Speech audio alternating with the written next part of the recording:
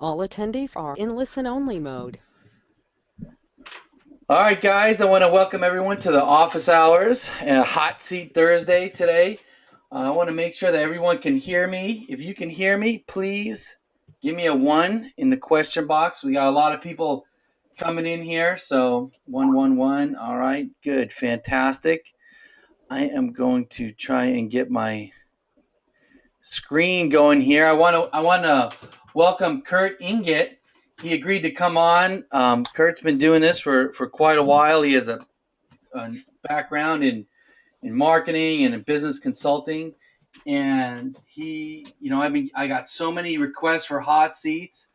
I twisted Kurt's arm, and he said, "Man, he'd love to come on." So let's just give him a welcome right here. And glad to be here, Joe. yeah, well, it's our pleasure to have you, Kurt. So let me see. I'm going to, and then we have Fletch is going to be coming on too. He should be coming here shortly. He'll be coming on in a few minutes. I'm going to share my screen right now. Now, I want to ask you guys this too.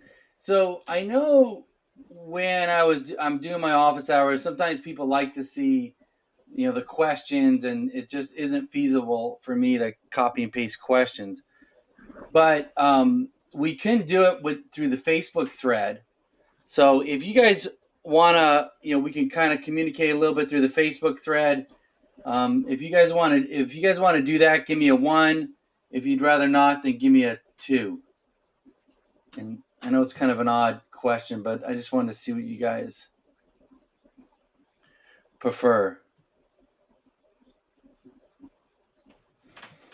All right. All right. So it's pretty mixed. Looks like I'm getting more 2s than not. So we'll just keep it as we go right here. I'm going to share my screen. All right. Can you guys see my screen? Yep. All right. Good. All right. So the reason why I did this, I came up with this website, this topic for the office hours, and is because of this post that came up last week. And also I get a lot of PMs, private messages on this, on people, they want to get started. They got their day job, and they don't know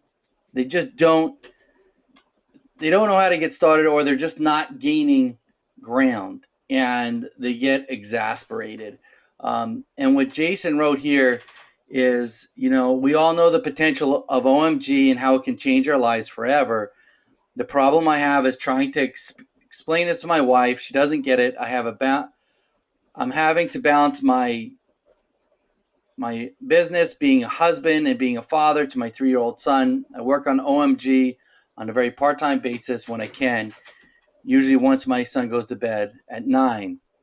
And he goes on to say about how his wife makes him feel guilty, and he feels guilty, and this and that. And that's where I came up with the 2-hour, doing it for 2 hours a day, and keeping that time super focused. Now, this isn't going to be a webinar where I'm just going to talk at you. I want it to be more like a conversation where you guys could tell me what you think, and I'm going to tell you how I did it, and then Kurt will tell you how he did it, and Fletch will tell you what he went through, and I'll even show you an example of some of my thought process, how I decide what to do, and what not to do. And the thing is, someone wrote in here, sounds like he needs a new wife. And someone else wrote here, his wife may be cynical. He spent money on the program. It is true, but one thing about this, and I wrote it in the post, but it sometimes it doesn't come across, is that a lot of times your family may not understand what you're doing. They see you behind a computer, and every time they look at you, you're on a computer. And I say it all the time. Like when I used to work and have my business, I'd go out to work and I'd be gone all day working. I'd come home and it would be like, oh, okay, you worked all day. And that was understood. But if I'm sitting behind the computer working all day, it's almost like well, you're just on the computer. You're really not working. I don't know what it is, if it's some kind of disconnect people have, but that's, I think that's something a lot of us probably face. And especially when you have a family and a wife, the thing I always try to do is make time for them, without the computer, make time for them without being distracted, even without even a phone, because this kind of business, you could be doing it nonstop, 24/7. You're on a computer, you're on your phone, you're checking your site, you're checking this, you're doing this, and a lot of times we're doing a bunch of tasks that are redundant that we don't have to do. And so even if you're spending time with your family, you can still be distracted. Whereas if you shut the computer off, you shut your phone off, and you dedicate, like when my kids come home from school, dude, I dedicate a certain amount of time that my computer's off and my phone is in my office, and I don't even look at it. And then that's quality time I have with them, that's non-distracted at all. So I don't know, Kurt, I never even asked you, do you have a family? It's just me and my fiance, so I don't have as many distractions. Do you ever run into that where it's like, I don't know what your fiance does, or if you're on a computer a lot, it just seems like you're just fooling around on the computer? Well, I don't get criticism from that, but sometimes it would be warranted. So, the worst thing is when you are fooling around on the computer and not really making good use of your time, because it can also be tempting, right? Your computers where you can check your Facebook and your email and all your other stuff, and I've definitely had to put discipline in on myself like that, because when you don't have a boss and it's just yourself, somebody still has to be the boss, so you kind of got to become the boss over yourself. And the way I found to deal with that is be really good at scheduling. Really have a calendar and map it out and determine what I'm going to do, because you can go for a few hours and not really get anything done.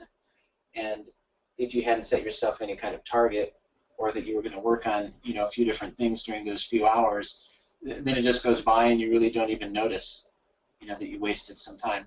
So I always have found for myself, and when I have consulted businesses, like you said, I've consulted businesses for about 10 years, and you deal with the same thing when you're talking to an entrepreneur. I always told them, make your schedule book your taskmaster.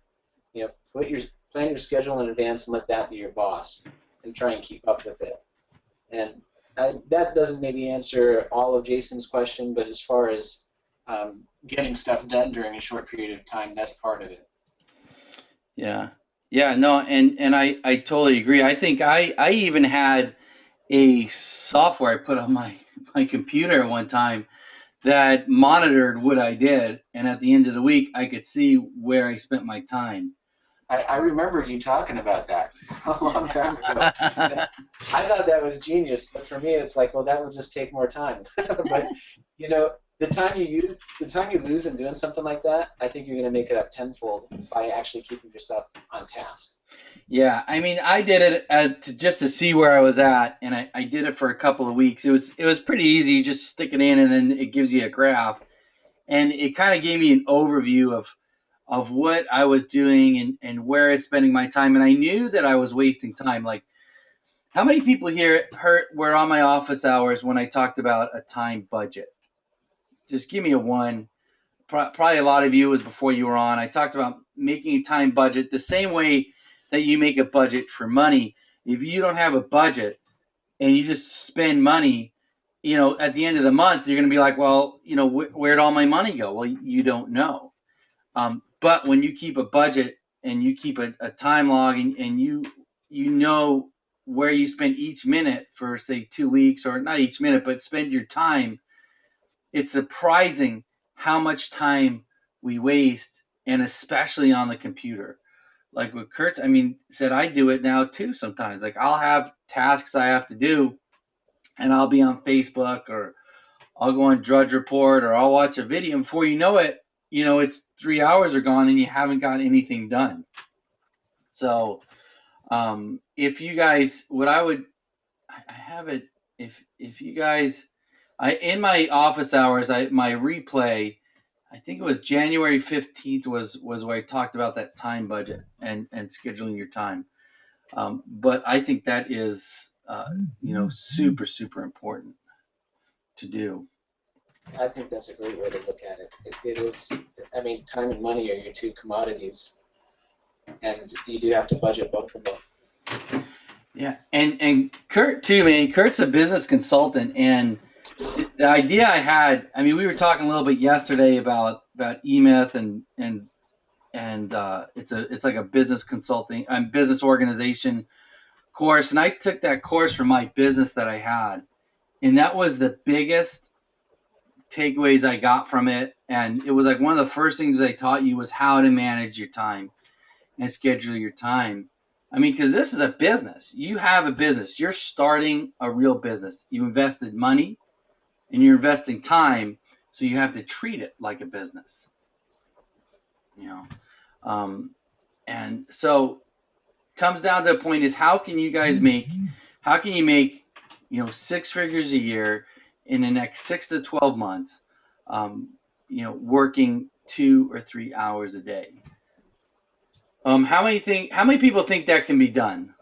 Give me a 1 in the question box here if you think it could be done.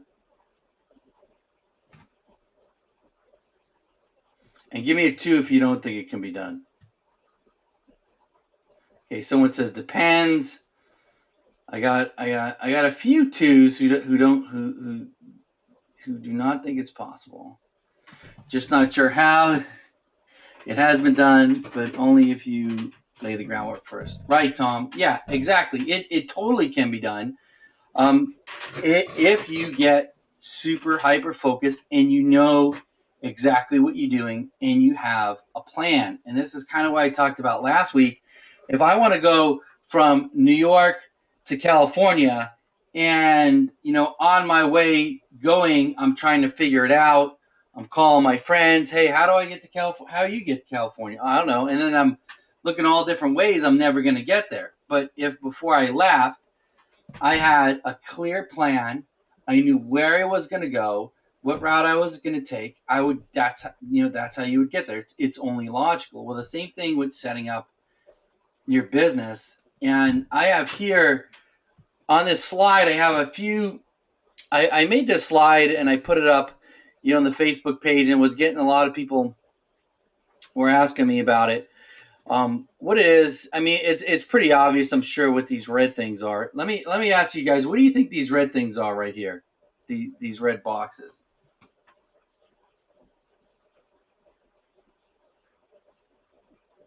Tools.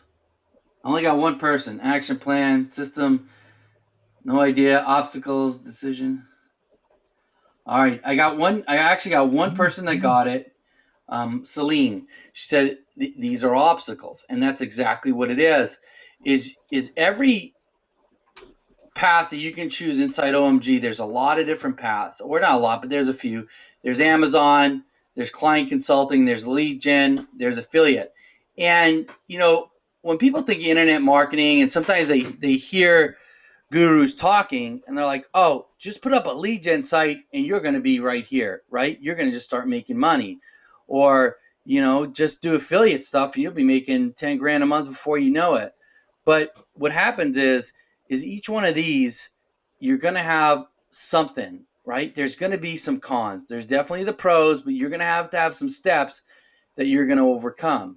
And if you only have 2 hours a day, right, to do something, and say you start out and say, well, I'm going to do affiliate. Okay, so now you're watching all the videos on affiliate, and you start making some affiliate videos, and then now you're not really making that much money, and you stop. Well, let me try some lead gen, or let me mess around with Amazon too. Is what happens is you go from here, and then you go into here, then you go back, and then you go into here, and then it's very hard for you to get here to the financial freedom. So what you want to do is you want to go start on a path, go here, know as much about the cons beforehand, know you're going to face some stuff, go through it, then go to here. Then if you want, expand over to here. So the thing is how do you figure out which way you're going to go, right? How do you figure out which path you're going to take? And there's a real simple thing that I do. Let me see if I can get out of this here. And I just make a pro and con list. And I go through each of the steps, and this is I did on a spreadsheet. And a lot of times I'll do this on a notepad, or I'll do it on, I'll write it out, because I don't know, I like something with pen and the paper. And I'll go through and I'll list, all the pros that I think that it has, and I'll list, all the cons. So, say we're going to do lead gen, right? What do you guys, you guys could type in here if you think, what do you think the pros of having a lead gen is? Like, you're going to start a lead gen panel. Oh, wait, hold on. Fletch just jumped on too. Good. Let me make him, I got to make you an organizer too, Kurt. Hold on a second.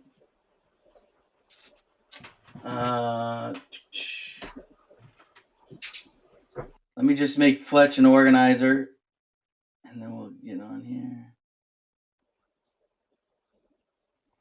You find him here. Oh, here he is.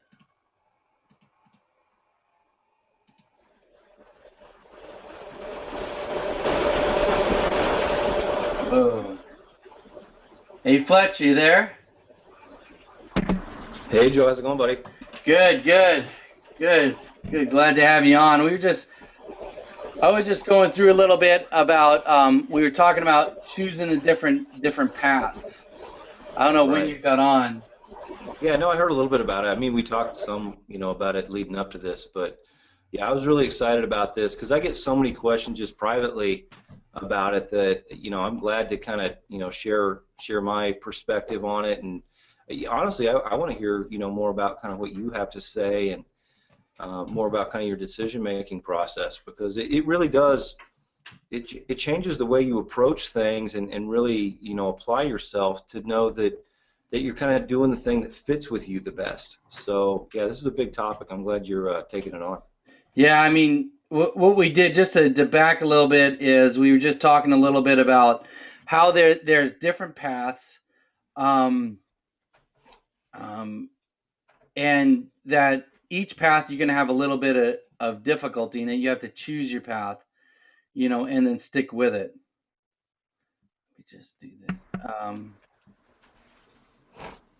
Let me just hold on, I just have to do something here. All right, so that's what we were talking about, and kind of talking about decision making, and and I here on this spreadsheet I laid out the different kind of things we can do: lead gen, client consulting, Amazon. And we're here in lead gen, and we're looking at the pros and cons. So what I did is I asked everybody to give me some feedback on what they think the pros of lead gen are. So, we got a lot, right? Let's see. You own your site. That's a big one, right? You own your site. It can be passive, it's not 100% passive, but it can be. You get monthly. I got one here, says easier to sell leads. That can be debatable a little bit. Let me just let's see here. You can flip it and sell it. Okay, so there's another pro. We can flip and sell. You can turn it into a real business if you want. Right, and it becomes your asset. Another person says it's quick implementation, right? So there's a bunch of stuff, and we can keep going on with the pros, but the thing that happens is we can list probably 10 pros to this, right? We don't need to get, you don't have a long-term client. You can scale it, meaning that if I want to go into another city, I simply make another page, I rank it, and I start selling the leads. So it's very scalable. I don't have to go out and try to get another client and then try to build out their campaign, and everything else. So but what are the cons? So we're looking at all the pros. Well, what are the cons? Well, the cons is you're going to have to pay for everything up front. Okay, that means you're going to have to pay to get the website up. You're going to have to get designed. You're going to have to get the content. You're going to have to build your PBNs out of pocket. Okay, out of pocket. So everything that you do, I spelled that wrong. Everything that you do for this lead gen, you're all doing it front loading. You're all doing it yourself. So you're building the site, you're building the brand, you're doing all that. So that's going to cost you money. It's also going to take time. If you need to make money right now, I need to make money now, yesterday, right? Lead gen can take, it could take 6 months before you start selling your leads. And it could take even longer to get up to a comfortable position where you're making income to, say, leave your day job. Now, that doesn't mean that it's bad, because once you get to a point with lead gen, especially if you have a site that you build authority in, once that ball starts rolling, it's like a snowball that gets bigger and bigger. So you start ranking for more cities, and you start scaling. And when you scale, that lead gen site that could turn into $20,000, $30,000 a month, but it may take you a year or more to get there. And there's going to be, along the line, as you go along the line, you're going to have to be willing to reinvest into that business. Like, I view the lead gen as, this is my business. I just made $300. I'm putting that back in the site. So it's going to take some reoccurring to do. And the thing about going through these, and we can go through all of these, and is when you go through yourself and you really look at it critically look at it, not pie in the sky, not rose-colored glasses, not I'm going to get up 10 lead gen sites, I'm going to be making 10 grand next month. Because let me tell you, if you tell your wife that and you don't, she's going to be like, well, I thought you were going to be making 10 grand next month. Is when you look at it critically, then when you start going and start doing it, and you start hitting these obstacles, or it's like, oh man, it's month 2 and I'm spending money, you're somewhat prepared for it, and that way you can go and you can make that plan. I don't know, what do you think about that, Fletch or Kurt? Yeah, for me, I mean, it's a little different, I think, for a lot of people who come in, that I'm, I was in a different situation. Am I getting feedback? I'm hearing from somebody. I don't know who. Oh, let me see. Me or somebody else. I don't hear any feedback. Are you still hearing it? Okay. No, that's gone. Okay, never mind. Anyway, for me, this was something I did, but I really didn't have, I didn't have a perspective on like what client consulting really would look like. We didn't even have really Amazon training at the time. We, primarily what we were doing when I joined it was mostly affiliate stuff, and there were some people that were kind of doing some client SEO, but that really wasn't even that big of a deal yet. So, when I came in, I really looked at the biggest pro of doing lead gen. There really wasn't a model for it. It was just what I knew already. What I was familiar with, resources I had, meaning I knew general contractors and subcontractors who needed to buy businesses. And so, this, I think, to fully complete this model, I think you need to not only look at the business model that you want to get into, but the business model that fits you.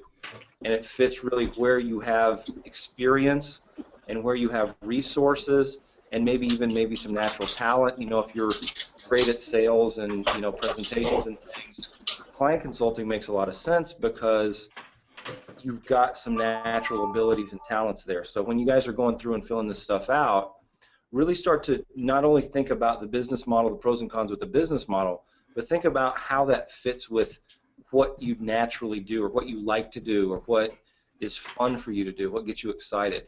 And then that a lot of times will lead to, I like some diversity, so a couple different methods might work well for me. But honestly, aside from what you were talking about, that's the only thing I would add. No, I mean, I think that's super important and while I was going through this list, I'm not doing this list to tell you guys, oh, lead gen is too hard for you or you shouldn't do it. I'm just showing you how I critically think about it and how I prepare myself. You may look at lead gen different. Like Fletch will fill this out different than me. Kurt will fill this out different than me because his pros and his cons are going to be different. But I think what you said, Fletch, is exactly on point. It's like what fits you. Like take the information and make it fit into your life, and find out what's comfortable for you, and then that way you can excel with it. What do you think, Kurt? Yeah, it's going to be part personal taste. I mean, I think each of these categories has maybe a little different purpose too. Like when I got started, it was very easy for me to get into the client consulting because my background was really working as a consultant, and so I knew how to, find the people, sell them, and deliver a service. It was just kind of like swapping out a service. And the way I always look at it, especially when new people are asking me how to get started, I would say client getting is probably the fastest cash flow because you could go meet somebody this afternoon and walk home with a check. So that's not going to happen if you have to set up a lead gen site. It's going to take a little more time, unless you pre-sold it, which would be another way to go. But like I was talking with you yesterday, Joe, you can also then get to a point where it's time to move to a different model. You can get to a point with client consulting where if you're the only guy doing it, you might max out. I mean, I'm not a Cotton Grammer, so he has infinite ability to scale. But for me, I started off just taking in any client I could, and they weren't always high paying, and so then you start to get maxed out. And that's what makes me start looking at other things like Amazon or lead gen or things that I can scale a bit more, especially when you're thinking about the amount of time that's involved working with clients, because you are going to be talking to them. They are, anytime their site gets hacked, goes down, something weird happens, they want to change, a staff member's photo on the About Us page, you're going to get a call, and it's going to eat into your time. And so I hesitate to say that to new people because it's really the thing that I think is probably one of the best things to start with. But at the same time, you might realize it's not going to be what you're doing forever. You might start scaling. And so this year what I'm looking at are things that are a little more scalable while I still hang on to the good part of my client consulting. Yeah, I mean, I agree with Kurt too. I mean, that's kind of like if I like client consulting is good in the way where you're getting everything paid for you up front. And the other thing is you can go out and get a client and get money within 30 days, really. And you can build your machine like I talked about last week to where now you have your systems in place because your clients paid for them. Then you can do Amazon and everything else. And someone asked, what's the easiest to get going? What if we don't know the pros and cons? Here's what I did. I kind of anticipated that question a little bit. And, inside Project Breakthrough, Director's Cut, there is a lot of information, a lot. And it covers everything you need to know. I mean, if you were thinking about doing lead gen, what I would do is if I was, say, I'm thinking about different things to do, I would go over to the lead gen section and, we have Fletch did a whole section here on lead gen. Oh, it logged me out. It has, he's got, I don't know how many videos you got here, Fletch. I don't know, you got a lot of videos in here. Yeah, there's all the 60-day day job killer stuff that kind of feeds into that. So there's probably, I don't know, 15 or 20 videos at least. Yeah. So where he breaks down what lead gen is, how to do it, all that stuff. And then, me and Fletch, we did a webinar just on lead gen. And then in my office hours, Fletch, myself, and we had a couple other people on, and that was on, I think, March 19th, that we did a full webinar on lead gen and broke down a lot more of the pros and cons on it. Let me see where though, and where, we talked about the reality of it, because at that time I remember somebody was selling the course and they were given the pie in the sky, but we broke down what it really meant to do it. If you're doing client consulting, you go in here and there's tons of information on client consulting. Cotton has a whole section on it where he goes in this sales, how to set up the sales, how to do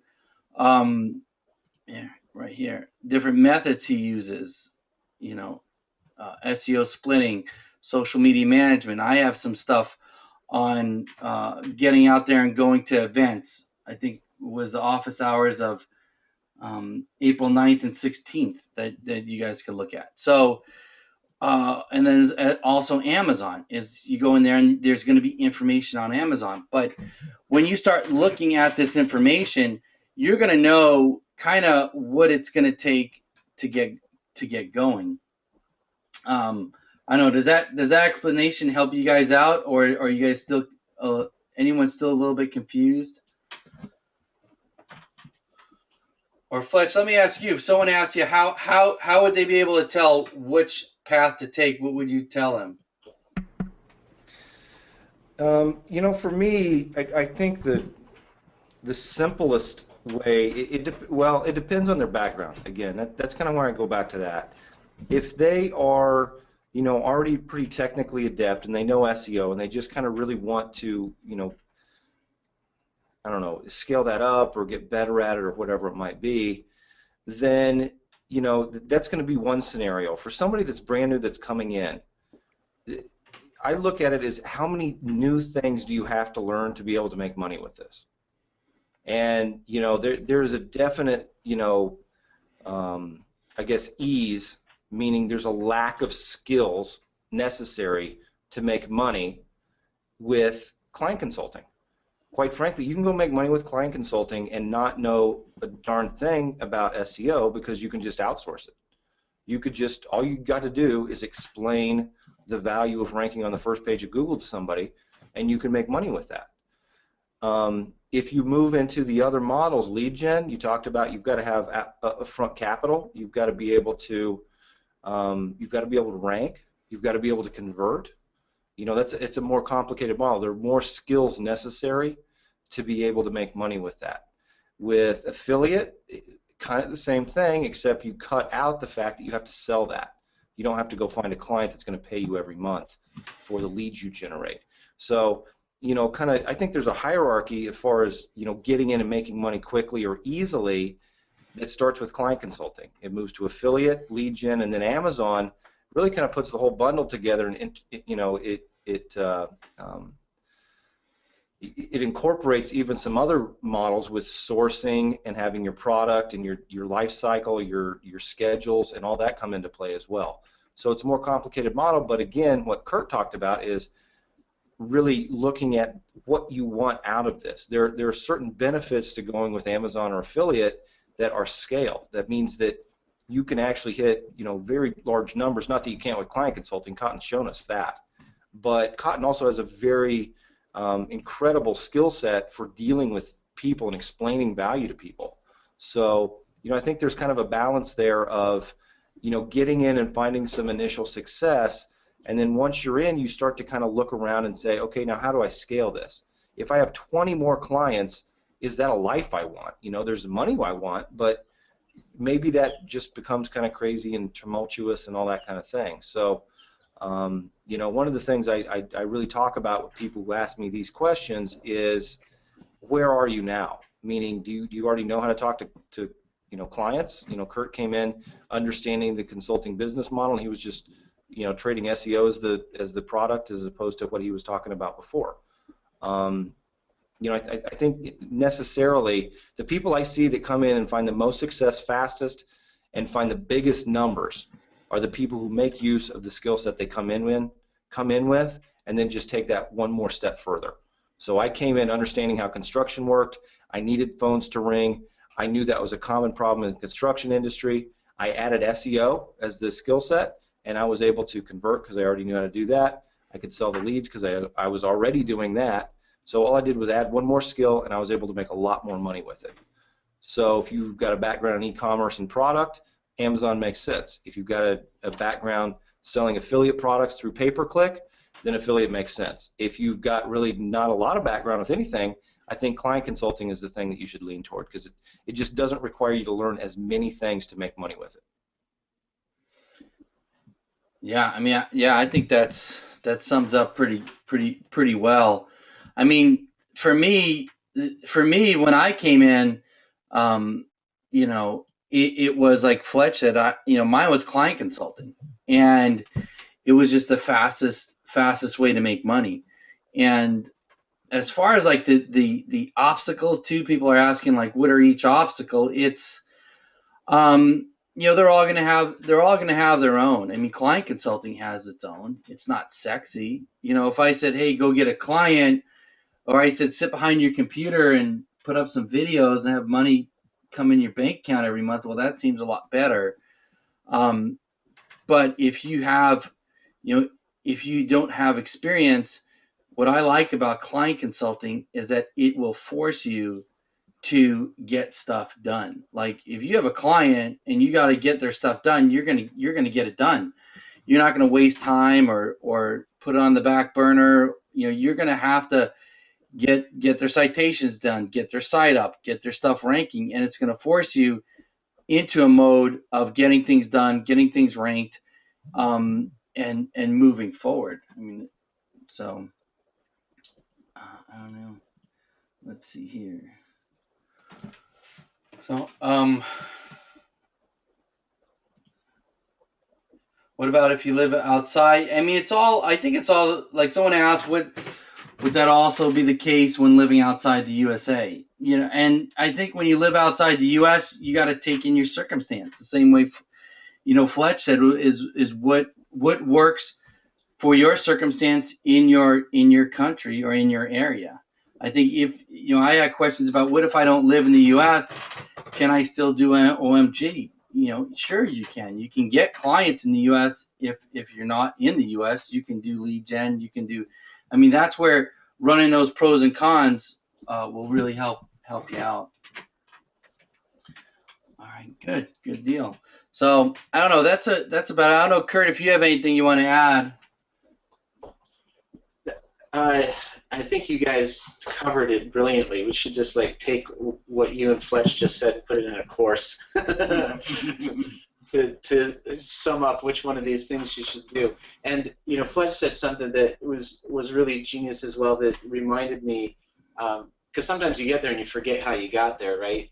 And when he's saying that you go with whatever you want to call it, your strengths or the things that you know. That is really important. I've looked at that a lot over the years when making business decisions, and it's like, should I go, this way or that way? And I've always used as one of the deciding factors, do I have a lot of knowledge already in this area? Because if you do have some knowledge in the area, it's just going to benefit you. Construction probably doesn't seem very related to SEO, but Fletch took that and turned it into lead gen because he knew the whole industry. And I could not even compare or compete with Fletch if I were trying to sell leads in construction, because I've never done it. I don't know how they think. I don't know what they have to say. So everybody's got a strength of some sort, and you just kind of have to see what is it and how does it relate to one of these different categories. And that doesn't mean you have to go that way, but it's going to cut the learning curve, and you're going to have an edge if you do that. So I think that's really important. The only other thing I would say that's important when you're getting started doesn't quite relate to which method you choose, but it's what I see as probably the common factor with everybody who's struggling. If they've got a job and they're trying to get a business launched, working 2 hours a day. And I had that same problem when I was starting to get into SEO full time. I had something that I was making good money and could fall back on, and I didn't have the necessity or the urgency to really build a SEO business. And so, it was growing, but it wasn't growing very fast. And I saw this a lot when I was consulting people too. I can think of many times, we used to have a joke or a phrase we would just refer to someone as a trust fund baby. If they, and literally you'd sometimes run into somebody like this if you're consulting them and you're trying to get them to change their business and double it, triple it, and they just wouldn't, even though they were a smart person. They had all the wherewithal. You taught them everything they needed to do it, and they wouldn't budge. And oftentimes it was because they had another source of income and they didn't need to build their business. And so, one of the most deadly things if you have a business or a job and you're trying to get into this, that job is probably what's going to hold you back most, because it's kind of a safety net. And if it's covering the bills, you don't really have to do something else to cover your bills. When my SEO business took off was when the cushy source of income I had went away. And I had to scramble and bring on some more clients really fast. And I did. So necessity, is the mother of invention, and it's what really prompts somebody to get going. And you can trick yourself into it too. I mean, of course, you could just like show up tomorrow and tell the boss so long, and that would give you all the necessity for sure. I don't know if it would be the wisest choice. So the other option, which I have found workable in the past, is this. Set yourself a goal or a target, and that's kind of cliche, so I'll qualify it by saying this. There was a time, maybe 10 years ago, when I was working at a job doing sales, and I was making good money. I was making, over $10,000 a month, but I wanted to ramp it up, and I didn't have a lot of need to, and I didn't have a lot of necessity to, so my income kind of just stayed flat. And then one day I made a list of things that I wanted that weren't really necessities, but I'd like to have a Harley. I'd like to, live in a place like this. I just made this big long wish list and looked at what the prices were and looked at what I was literally going to have to do to get those things. And in about a month, my income went up, I think, about 60% just after doing that. So it wasn't that I was going to die if I didn't have those things, but it did give me at least a sense of necessity or a reason to earn more. So if you don't have that reason to earn more, you might be stuck at the job forever. It'll just go slow, is what I've found. And yeah, that's awesome, Kurt. I mean, that's excellent. That's a excellent, advice and information on that. And I think people call that dream board, right? Where they put their stuff on there. They kind of call it a dream board. And it helps them focus. Let me ask you guys this. I don't want to put Josh or Kurt, I don't want to put you guys on the spot, but if you had to start over, like I was thinking about this today, because sometimes we get into a mode where, we're at a certain point, like I'm at a certain point in my marketing, Fletch is, and Kurt, and I think me and Kurt were talking about this yesterday, where you kind of forget what it was like when you first started. And you say, well, I would just go do this and this, and if I need to make money. But if you go back to the time when you were first starting, it really is a little different. So let me ask Fletch, if you had to start all over, you just got into OMG, considering your family and everything, and you only had 2 hours a day, what would you do? Honestly, if I only had 2 hours a day, it would depend on when those 2 hours were. There are some things you can do with client consulting in those 2 hours. I think that you really, it would take you forever to make money with different if you tried a different model, because you're going to have to spend time not only learning it, like learning how to rank, learning how to set up websites, acquiring a PBN for crying out loud that you may have to spend money on that. I had no resources, and I didn't have that much time. I mean, I still was working my construction job that really didn't, it didn't pay much, but it still kept me pretty busy. I had a family and all that kind of thing. So I think client, if you've got a limited time frame, you can go out to Elance and you can send, messages to people who are soliciting for an SEO. That's exactly what I did when I started. That was my first income when I started OMG, 2.5 years ago now. And it would be the fallback. It's what people say, well, I don't know how to talk to people or this or that or the other. Go to friggin' Elance and look for people who want to hire an SEO. Go to Craigslist and look for people who want to hire an SEO and send them a message. And send them a message about what you know about SEO and scare them a little bit about the problems that they're likely going to get into if they hire a cheap SEO, with getting their site penalized or, winding up with, this site that's supposed to be making them money and it actually winds up costing them money because they've spent money on an SEO and they're getting no revenue. And then just say, this is what I do professionally. I saw your message. I know it leads to bad things. I'd love to help you out, but I don't work for the price that you listed.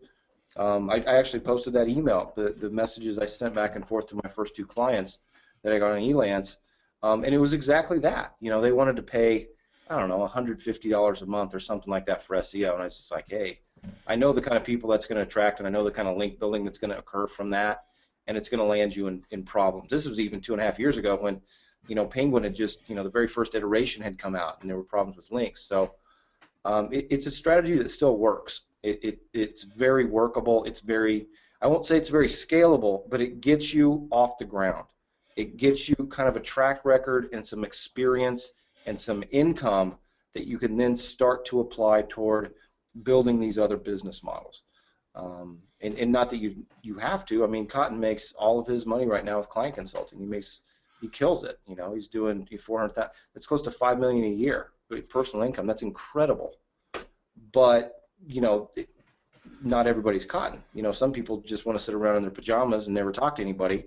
You're going to probably need to do Amazon or affiliate. I mean, it's just the nature of the thing. But you can get there without a lot of investment and without a lot of time as long as you take action.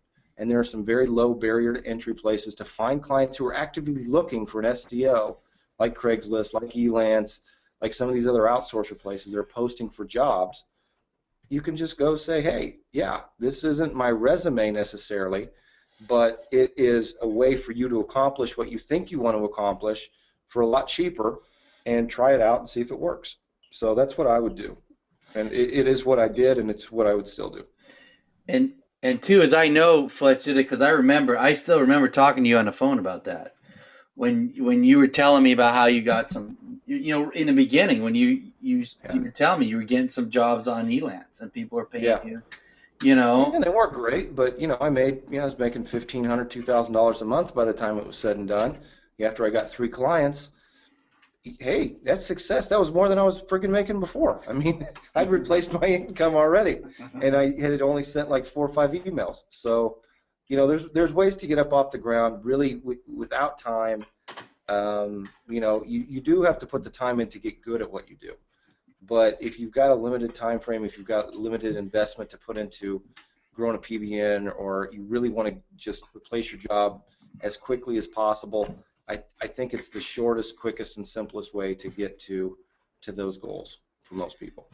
Yeah, and too, as I said, 2 hours a day, and really what I should have said is working a full-time job and making time for, because everyone has different amount of time. But no, I mean what Fletch said is dead on, and Fletch, he has his office hours every Sunday was at 11 Eastern, and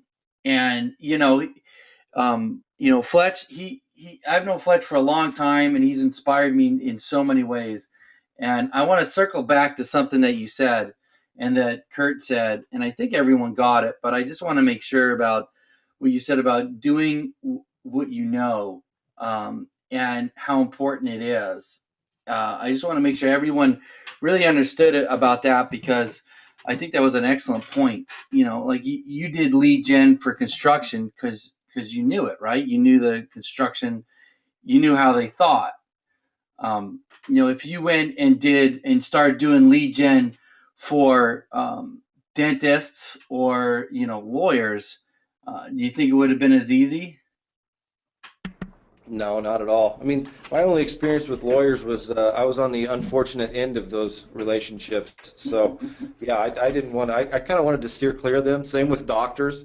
You know, my surgeries were not fun experiences. So, um, you know, really the biggest, and you know this, Joe, and I share it openly, but just for people who may be new, I mean, 80% of my income for the first 2.5 years were generated from something related to construction. I mean, it was something I know. And I think that that industry works really well, but I know a lot of other people who say, well, you know, 80% of my, Greg, for instance, Greg is for the videos and his simplicity, the affiliate sites he builds, what are they based on? They're based on something he knows, e-cigarettes.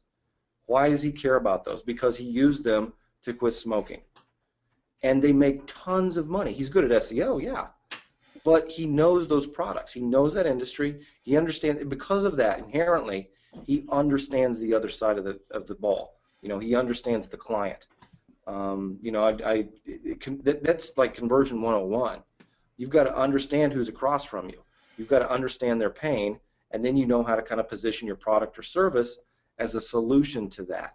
And I think that's why starting with what you know is so critical, because it lets you just massively increase your ability to convert, whether that's an affiliate product, whether it's within a certain niche doing lead gen, whether it's as a consultant. You already know that game, you know what a business owner might want, you know how to communicate and convey that. It just, you come in with really the necessary skill set to just add that extra product or the service, like Kurt talked about. You're just adding one thing, and it opens up this huge new, you know, financial windfall, really, because you've already got all the rest of the resources in place. You don't have to learn a bunch of, this is not like changing a career, even though it is. You kind of still come in with all your general ed requirements met. You take one more class, and then it unlocks everything for you. Yeah, no, that's a great analogy. Let me get Kurt. Kurt, what would you do if you had a full-time job, which you did, and you had to start going? How would you go about it? Well, I can tell you what worked for me. So here's another big factor: is as ridiculous as it sounds, you have to do something. So, you know, you could spend 12 months just studying OMG, you know, training, or you know, or doing things that really are not actually going to make you another dollar out there, whether it's client getting, affiliate, or whatever else. You have to take some kind of an action. You know, a lot of people probably haven't even really built a website, and Cotton was just showing that last night. I mean, he built a, you know, put a website together in like 10 minutes. So, you know, there's planning and there's doing, and I am the same. I fall into the same rut of trying to get it all planned out before I ever do it. And you're never going to get it planned out, because there's stuff you're not going to know until you take some action. So when I was in that position, I knew I had to just take some action, which is kind of the least favorite thing to do, right? I mean, I would love to just kick back and sit and watch 2 hours of SEO training videos as opposed to go out to a networking meeting. You know, it's a lot easier and a lot more fun. But here are a couple of things that worked for me. Even though I had a lot of marketing and sales experience, going out and meeting new people face to face isn't necessarily my forte. I'm not a Cotton Grammar when it comes to that, and probably not nearly as much a people person as you or Flesh. So what I did was, one, I put myself in a position where there were people around who would at least talk to me. You know, if I didn't feel brave enough to go up and talk to people, like I remember I got one client that I still have to this day at a Super Bowl party, and I knew there were going to be like 1,500 people there because it was a huge party. And I had in the back of my mind, you know, I need clients. At that point, it was when I really needed to start to getting some stuff moving. And so I didn't really go with an agenda. I just got myself in a place where there were going to be a lot of people. And sure enough, you know, someone who was a business owner ended up talking to me. And this was something that I did that worked numerous times. Without any particular agenda or trying to pitch anybody, I would just sort of accidentally mention what I was doing, because they're usually going to ask. if you're at a party or you're at a networking group, for heaven's sake, they're going to want to know, well, what do you do? And if you just take those opportunities and, you know, just flap your gums and tell them what it is that you do, more times than not, I found out I ended up with a client. And it would kind of work like this. You know, they would say, well, what are you doing now? Or, you know, what do you got going? And I would say SEO, and I'd make sure they understood what it was, because a lot of people don't. But once they knew, either from hearing the word SEO or else, you know, telling them what I do is I bring businesses more clients or customers or patients, immediately they perk up if they're interested. And from there, it's kind of, you know, a downhill slide. I mean, it's easy. You know, they're going to close themselves at that point. If they're not interested at all, I didn't usually pursue it. I mean, that was my level of confrontation. You know, I just didn't want to have to sit there and pitch somebody. That was the most uncomfortable thing. And I found it worked, and so then I would do that at networking meetings too. Instead of going to a meetup group or something with, you know, this butterflies in my stomach, like, oh, I'm going to have to talk to people and pitch them. And this is what I said to you the other day, Joe. I just flipped it around. I knew that was my barrier, so I would give myself like this as a rule. If I'm going to a new meetup group, whatever you do, don't pitch anybody. Don't sell anybody. You're not even allowed. You know, if they talk to you, you can let them know what you do, and that's that. And it took so much pressure off of me that I realized, you know, what you really need to do instead of go pounce on people at meetups is just go get to know them. You know, be a friendly guy. Go chat. You know, and it'll come up eventually. And if they're interested, you'll know it.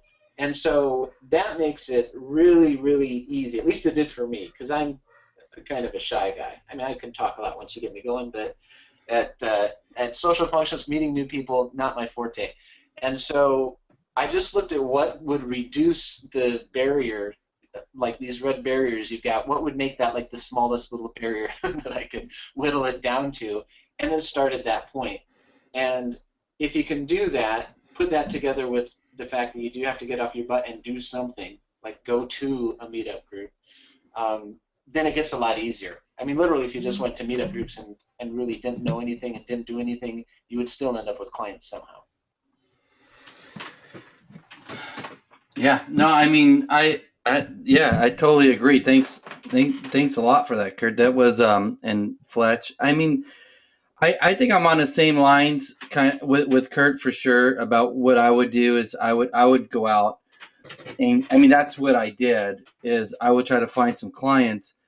And I also look at it this way is like if I had a full-time job, I had to work this out, I would try to schedule my day so I set aside a certain amount of hours. You know, I set aside 2 hours, I set aside 3 hours, whatever it is okay, I'm not watching TV, you know, I'm not, you know, or I'm getting up earlier. But I'm going to dedicate that time to just my business. Then I'm going to figure out what I'm going to do, and then I'm going to start taking action. Whether it's I'm going to go to meetups, you know, 3 days a week. I'm going to work on my SEO site. I'm going to work on this. I'm going to watch some training videos. Whatever it is I would schedule it out and make a commitment, and even I would make a list of, you know, every day or week or the tasks and things I want to accomplish. And the most important thing is don't get stuck. Like Kurt said, in learning, like you could be an OMG and you could watch every single video and then at the end not even remember, you know, or, you know, still not understand everything. So, you know, what I would do is I would take a course of action, learn it, and then go and start taking action. I mean, whatever it is, whether it's finding people on Elance, whether it's going to trying to get clients, whether it's building out a lead gen site, whatever you choose to do, then go ahead and you know and do it and actually just start doing it. I mean, I remember when I first started, I was learning so much. I was buying courses. I mean, back then it was WSOs, and dude, I went to an event once, and all these people were talking about how they were making money, and everybody was in there. And as I conversated with them, they're like, man, you know more than most anybody in here. and I did, but I wasn't making money because I was just trying to learn everything. So, I think the biggest thing is just you know, set time aside. Well, I would set time aside and just take, start taking the action. So, all right, man. Well, good deal. So maybe what we can do is start getting into some hot seats. We're at about 4 o'clock here. Let me just ask: does anyone have any questions? Just put them in about what we just talked about, or if is anybody, um, you know, something that they still want to hear. Just put it in the question box. Maybe we'll see if we can get to it. Um, but let me do this. Let me see who is on. I have a full list of people. We had a lot of people that wanted hot seats. So I'm going to go through and try to get as many people on as fast as we can. So we'll try to do is maybe keep the hot seats to 10 minutes or so. And let me see what we got here. Okay, all right. So let's see here. Let me. I want to bring on. I want to see. Let me see in the question box. Hey, I see Jason is on. Jason, Paste? Are you still here? I know Jason comes a lot of my office hours, and we were kind of talking about his post in the beginning. So I want to see if you have a mic. Maybe we'll bring you on and kind of tie stuff together. Let me see if he has a mic. Yep, I'm here. Okay, let me unmute you. I have to find you on here. All right, let me unmute you. Hey, Jason, how you doing? Great. How are you? Can you hear me? Good, good. I know you came a little late here, so we spent the first little bit talking a little bit about your post. A little bit about how to get your time, schedule your time and get things accomplished. I don't know, did that help you out at all, or do you have any more questions? No, no. I just appreciate everybody responding to my post. It was more OMG being my sounding board that day, and my main problem is paralysis by analysis. I always overanalyze things, or I have to watch every webinar, or Mike Long comes on and gets me all psyched up with another Amazon deal or affiliate marketing. So I'm just trying to figure out what I want to do. I think I want to focus on client consulting. My biggest thing is just time management when I get home from work, running a business, and being a father and a husband. And my wife, I can see her getting a little upset just because I've been at this since October and I haven't brought any money in. And I'm a big learner, and I figure I have to watch everything to proceed. And what you guys are saying when I jumped on around about 45 minutes ago really hit home with what Fletch and Kurt had mentioned. So, Let me that's it. Right. well, let me ask you this. So I mean, maybe what we can do is devise kind of like a plan of action for you. I mean, what are you focusing on? Are you focused on clients? Are you focusing on doing affiliate, or what is Well, yeah, your definitely focus right now? client consulting. I mean, I'm just trying to get my feet wet and wrap my head around. I come from an academic background, so it's I have to know how to do everything before I proceed. And people commented, well, you can get a VA, but I have to learn it myself and to make me feel comfortable. And I feel like, I've heard this in the past, that I have to get my website up for my client consulting, get my discovery form, and, start, ranking that site. And, I have ranked sites, for keywords for my business. And, it feels pretty good to achieve that. So, and then I get to the point of, having the ability to talk to clients and getting more structure with that, and how you frame it, and do you have to have a contract or no contract, and that's where it starts to get a little sketchy for me. Yeah, I mean, do you have you done anything like any networking, or gone out and talked to anybody? Yeah, no, I mean, not really. I'm not. That's where I'm kind of an introvert when it comes to that sort of thing. And I belong to our local chamber. in the area, and I do have some meetups that I'm planning on doing. The first one being next Thursday night, along with one the following week. So I do want to go out and do that sort of thing, and I think I will do what Kurt says. You got to go to these things and just talk to people and not be pitchy, and get to know them and ask questions, and that's what I plan on doing. Yeah, I mean, I don't know, that's kind of what I did. The same thing like Kurt is you just go out and you start conversations, and you start getting out, and then it starts progressing. And I don't know, I think it's a progression. Like, I've talked to people who've gone out and they gone out, you go out and you meet people and you start talking to them. You start talking about your service. Oh, and you set up a meeting. And maybe you pitch them something in the meeting and it doesn't go well. Well, then you kind of realize what you did wrong. So you go out, you meet someone else and you talk to them and they're interested, but maybe you don't close that one. Okay, but then you go to the next one and then finally you close somebody. Then you start making money. Then you get your contract together. Then you start ranking their site. But it's a continuous action. You have to start, right? You have to start something, or else it's not. It's never gonna happen. So, like, you go there and you talk to people, and even if you don't close at first, and even if you're not 100% sure what you're doing, as you start meeting people, I mean, that's what I did. I don't know, and then I kind of refined my process. Mm-hmm. I don't know. What do you think, Kurt or Fletch? Well, for me, I agree. What I found out first was you really have to. You can't just pounce on somebody. I mean, you can cold call, if you like to do that type of stuff. But what fits my style better is I like to take a little slower approach. So I would tend, just like you said, first, meet them, chat. If there's any interest at all, they're probably going to want to talk again. They'll oftentimes just tell you. They'll say, hey, we should talk, or oh, there's something that I want to have you look at. And so you can move it along that way. And, I always kind of compare it to dating. I mean, you're not going to get married on the first date unless you're with a psychopath. So why would you even want that if you're going out getting a good client? It makes sense that there's going to be a little bit of time to vet each other out. Is this person a nice person? Do I feel good about him?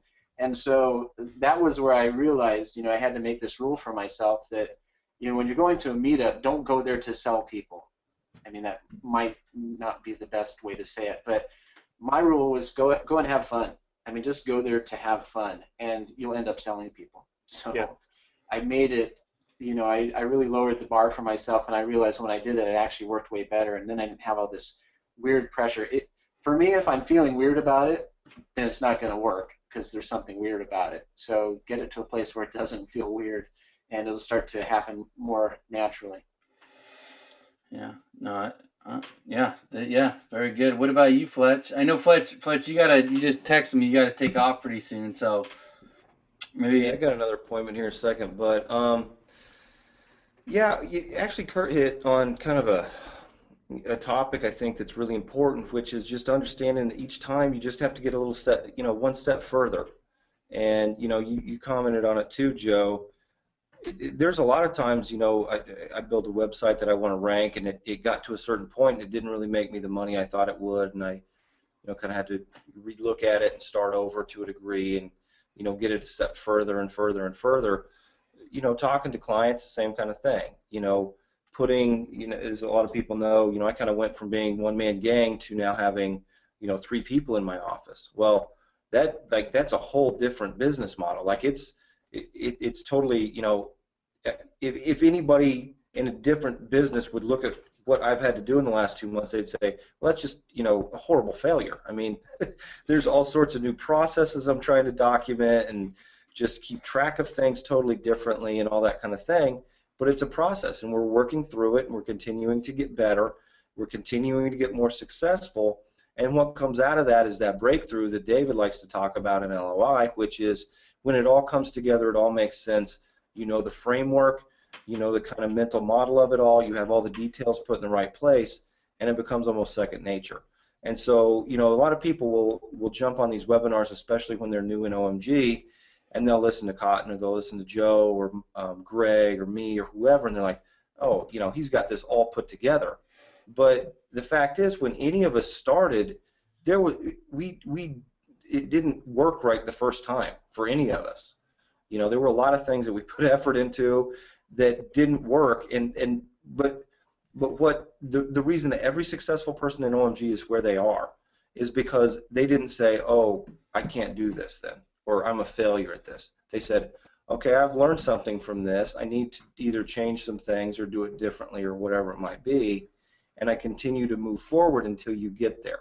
So, you know, the reason Michael Jordan was the greatest basketball player on earth is probably because he missed more shots than anybody. But he was willing to miss those shots and continue to take them until he started making more and more of them. There's a huge factor that is underlying almost every successful person you see in the world, and it's practice. It's your approach and the mindset you have about practice. And I approach even successful days as practice, because the next time I go in, I'm going to be even better. So whether it's something that doesn't quite work right the first time, or something that you go all the way through and you land a client and it's awesome, that's still practice. So for me, I approach every day as practice, and that way, if it goes great, awesome, I'm going to be better next time. If it doesn't go great, well, okay, that was still practice. So next time it's going to be, you know, a little bit, you know, incrementally better. Yeah, yeah, that's an awesome explanation of it. You know, that is. So, Fletch, I really want to thank you, man, for coming on. I know you got to run. So, you know, thanks for your wisdom. Like I said, Fletch has been doing this a long time, man, and he's probably one of the smartest guys I know. And he really breaking it down to where we can easily understand. So maybe everyone can, in the Facebook group, just give Fletch a thank you for coming on. And I want to personally thank you, Fletch, for spending the time with us. No, thanks for having me on, Joe. I always appreciate this. It's fun to kind of jump on with, you know, some other people who've been doing this a while, because, you know, I've learned things here from, you know, Kurt and from you every time I'm on, Joe. So I appreciate every opportunity. You know, like I said, I got to jump over to another appointment real quick, but yeah, man, anytime you've got something going on, I'd love to help out in any way I can. All right, thanks. All right, buddy. All right, we'll see ya. Thanks. All right, Kurt, just me and you now, so we're gonna have to get it done. But I want to say too, man, what Kurt said is right along with what I do. You know, with what I did is I'm actually very introverted, and I don't like talking to people. So I just go in and I ask people a lot of questions, as many questions as I can. And then they usually get pretty comfortable, and that breaks the barrier. But let me ask Jason. Jason, you there still? Yep. All right, listen. Yeah, I'm here. So we got to get you a plan of action, right? So I want to get you in a place where the best place you can be. Do you think that if you created a schedule and you did that, what I don't know if you heard, but like if you spent time with your wife and your kids or whatever, you had a schedule where you shut the computer off, shut the phone off, just spent time with them and just said, you know, I'm going to work this many hours on this business. These are the steps I'm taking. I'm going to talk. I'm going to go to these meetings, and you kind of had a system in place. I mean, do you think that would help you out? Yeah, and I kind of had that in my head already. It just, you know, my son doesn't go to bed till like after 9, and then my wife, you know, she wants to hang out for, you know, an hour or so. So it's like 10:30, 11. I'm like, all right, you know, I'm ready to get to bed myself. So, but I'm trying to, you know, get up early, or you know, put that extra hour in the evening. So, so I kind of already have a schedule in my head. Sometimes I do, you know, I am guilty of not following that schedule. Yeah. I mean, I think we're all like that. I mean, that's kind of where I was. I mean, one thing I did, it's tough. I mean, what I did is I had I had a business. I had a business when I was starting this, and I I said, listen, I'm going to spend this many hours with everybody, but I'm going to spend this many hours doing this business. So my kids, I gave them the undivided attention. And this, it's not for everybody. This is just what I did. Is I gave them an undivided attention. You know, I mean, nobody watched TV. We went outside. We jumped on the trampoline. We hung out. We did stuff, you know, for 2 hours. We ate dinner, and then I went and I did my stuff. Then I put them to bed, you know, and you know, so it was something where it was a sacrifice, but I had it where I tried to fulfill what I could.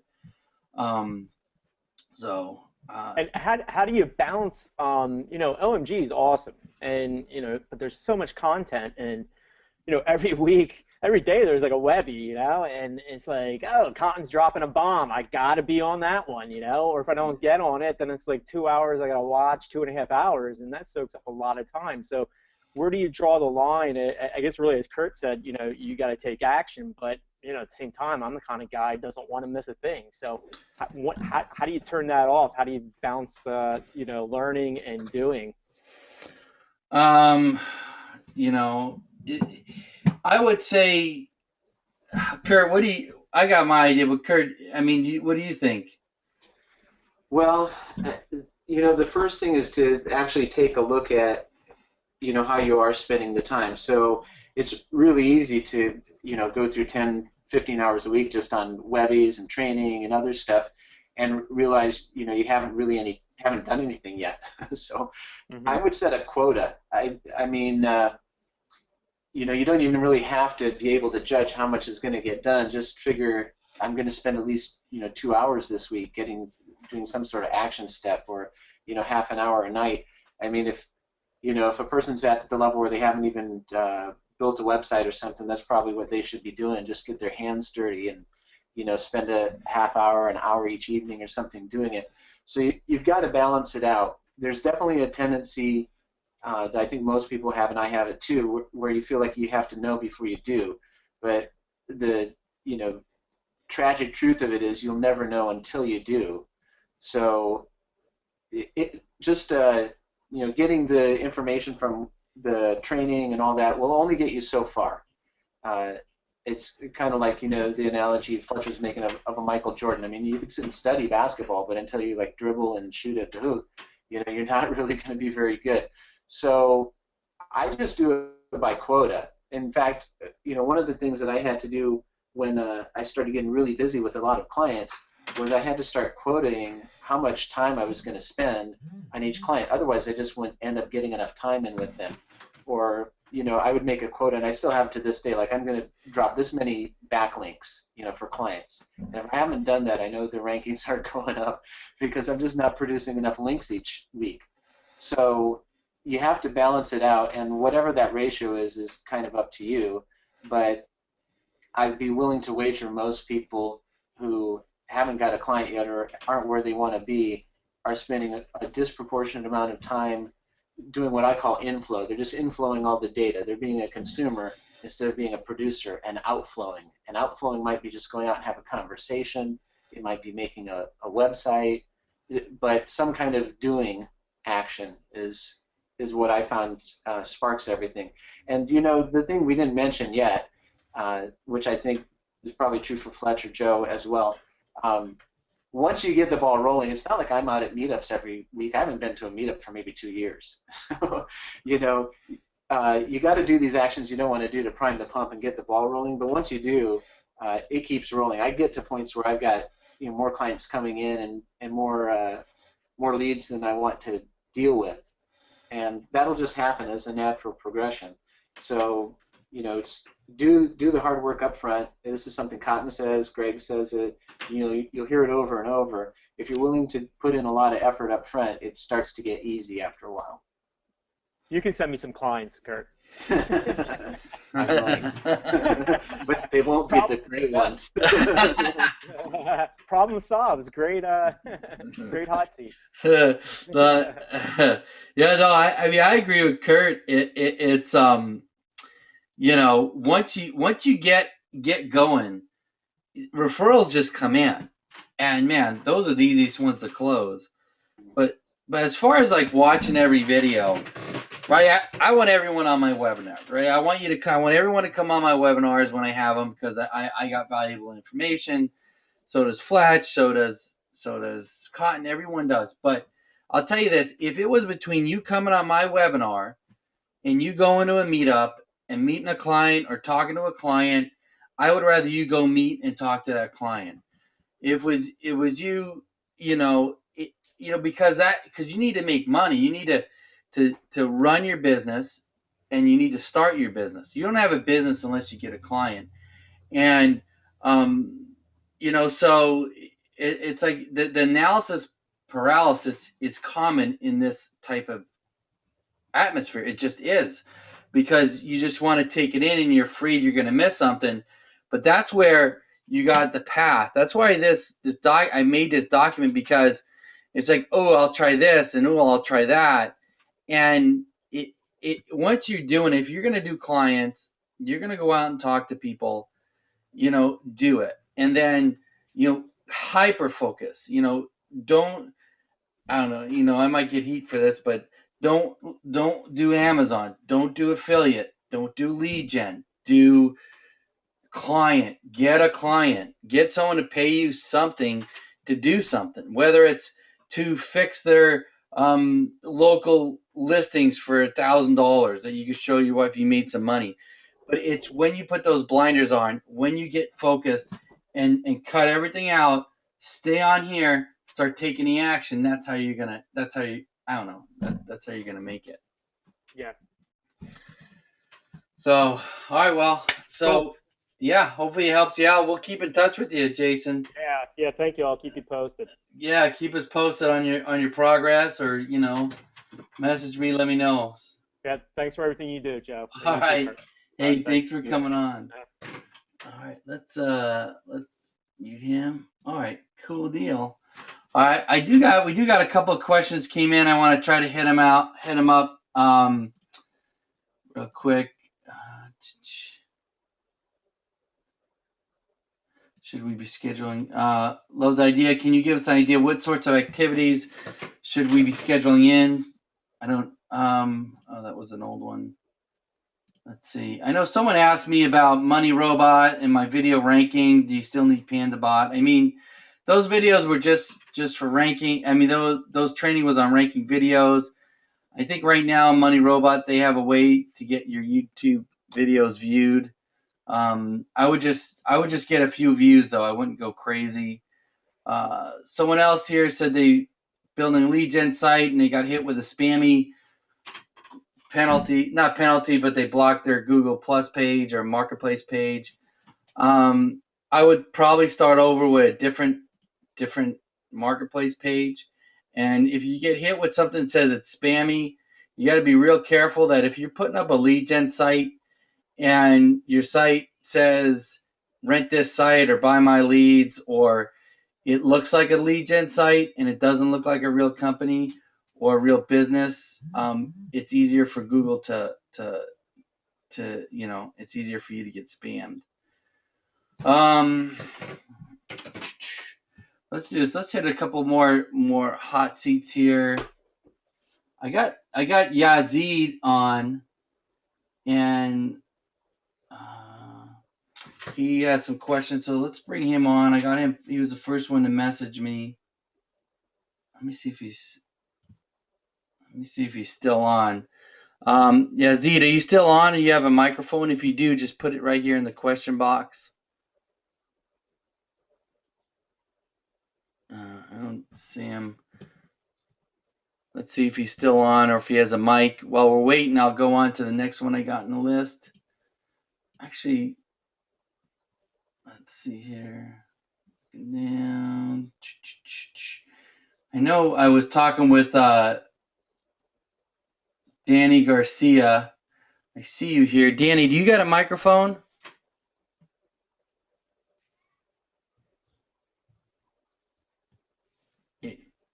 I have a mic. Okay, perfect. All right, Danny, I'm gonna bring you on. Danny has a pretty interesting thing he's doing here. Hey, Danny, how's it going? Pretty good yourself? Good to have you on. Thank you. So why don't you tell us? I know we went back and forth a little bit on Facebook, but what was it that you want to talk about on the hot seat here? Um, Basically, I see you playing with the Amazon lead gen, client consulting, an affiliate, and mine's not really fitting into any of that. I'm kind of my own client.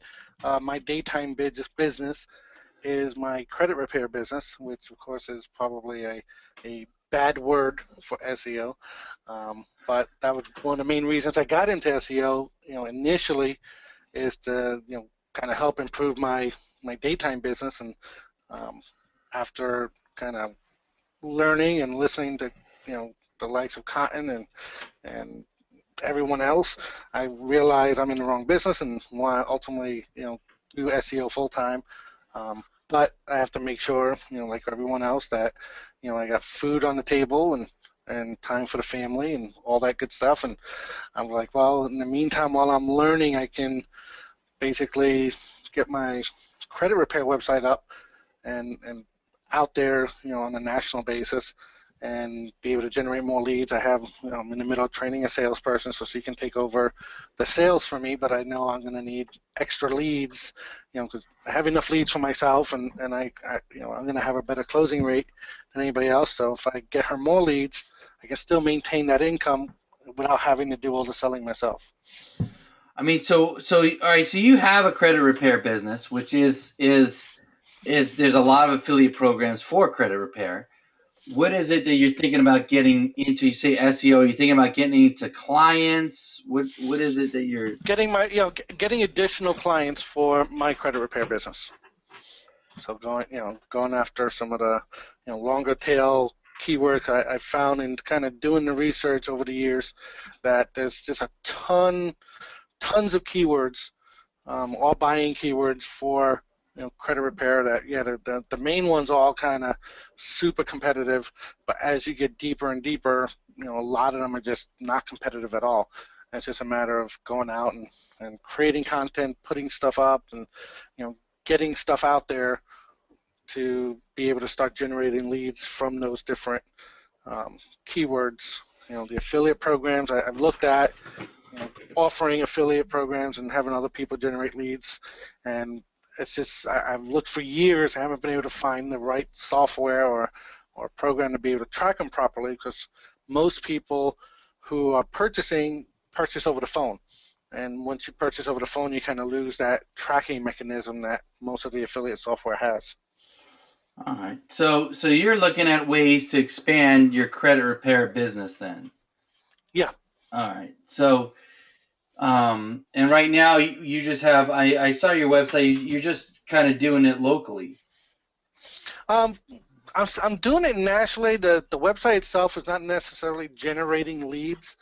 Most of the leads I generate, I've been in it about 15 years. So most of the leads that I'm generating now is pretty much word of mouth. I'm probably out there for a couple of keywords, nothing big. Maybe a total of 100 searches a month.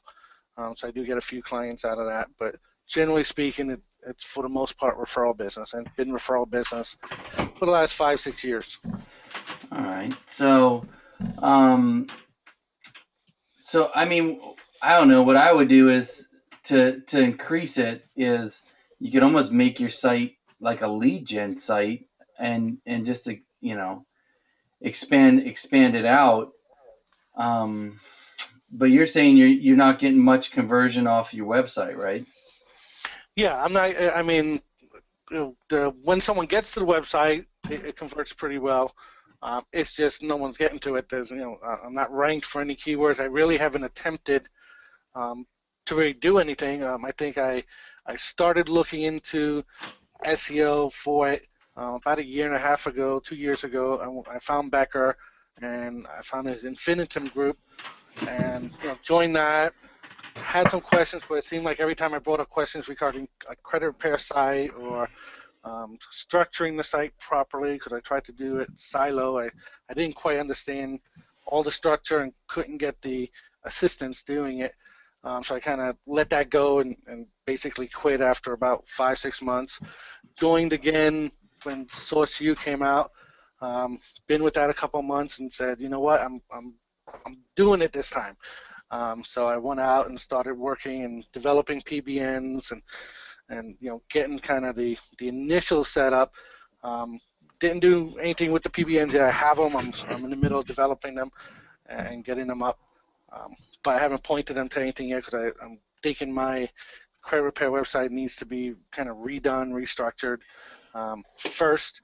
And I guess that's part of my problem is I want everything to kind of fit right and fit perfect and not have to redo anything. So found out about OMG, signed up, 2-3 weeks ago, maybe a month ago now, and then just keep learning new stuff. And I'm like, okay, wait, I got to figure out how to do this or how to do that. So the comments earlier about stopping and kind of focusing makes a lot of sense with me because I do bounce around to the different pieces. Yeah, I mean, I would say real quick, just get, start linking your site, start ranking your site. I mean, you have a program that people would try to promote or build, so I would just, start promoting your site, and it doesn't have to be perfect, but get it up, get it ranking. You could always look at the conversion later, but if you're stuck building it, then you're gonna not be able to. If you're stuck trying to get it just perfect and you never ranking, you're never gonna get anywhere. Right. I mean, what do you think, Kurt? Yeah, it sounds like too much thinking and not enough doing. So you'll actually, I mean, things will start to solve themselves as you actually start doing that. It's very hard to figure something out until you get your hands in it. So you could be a very smart guy, but just spin around in circles if you actually don't roll up your sleeves and start working on it. Once you start working on it, a lot of things solve themselves. And the other thing is, again, the whole idea of getting it perfect before you start never works. And anybody you can take a look at just in OMG alone, you'll see that they took a lot of action without worrying about whether it was right or not. I mean, make sure you're not doing something illegal or causing destruction. But other than that, I mean, don't worry about it. Even your own website, what's the worst thing that could happen? It gets tanked, penalized, and you either recover from the penalty and start with a new one. How long does that take? Cotton set up a site last night in 10 minutes. Yeah, no, I mean, yeah, I agree with Kurt, and I like what Kurt said. It's kind of goes along the same theme, get out and do it, and then you start progressing. Like you have to do it. Just like going out and getting clients, you don't really know what you're going to run into until you start doing it. And I mean, look, I have a site. I'm going to show you guys a site that made me over $30,000. And this site, and this is what really showed me that you just have to get out and you just have to do stuff. This is a site I did for a product, Venus Factor. Now, this was a launch that happened a couple of years ago, and I was able to get in it before it launched. It's a ClickBank product. It's one of the top ClickBank products.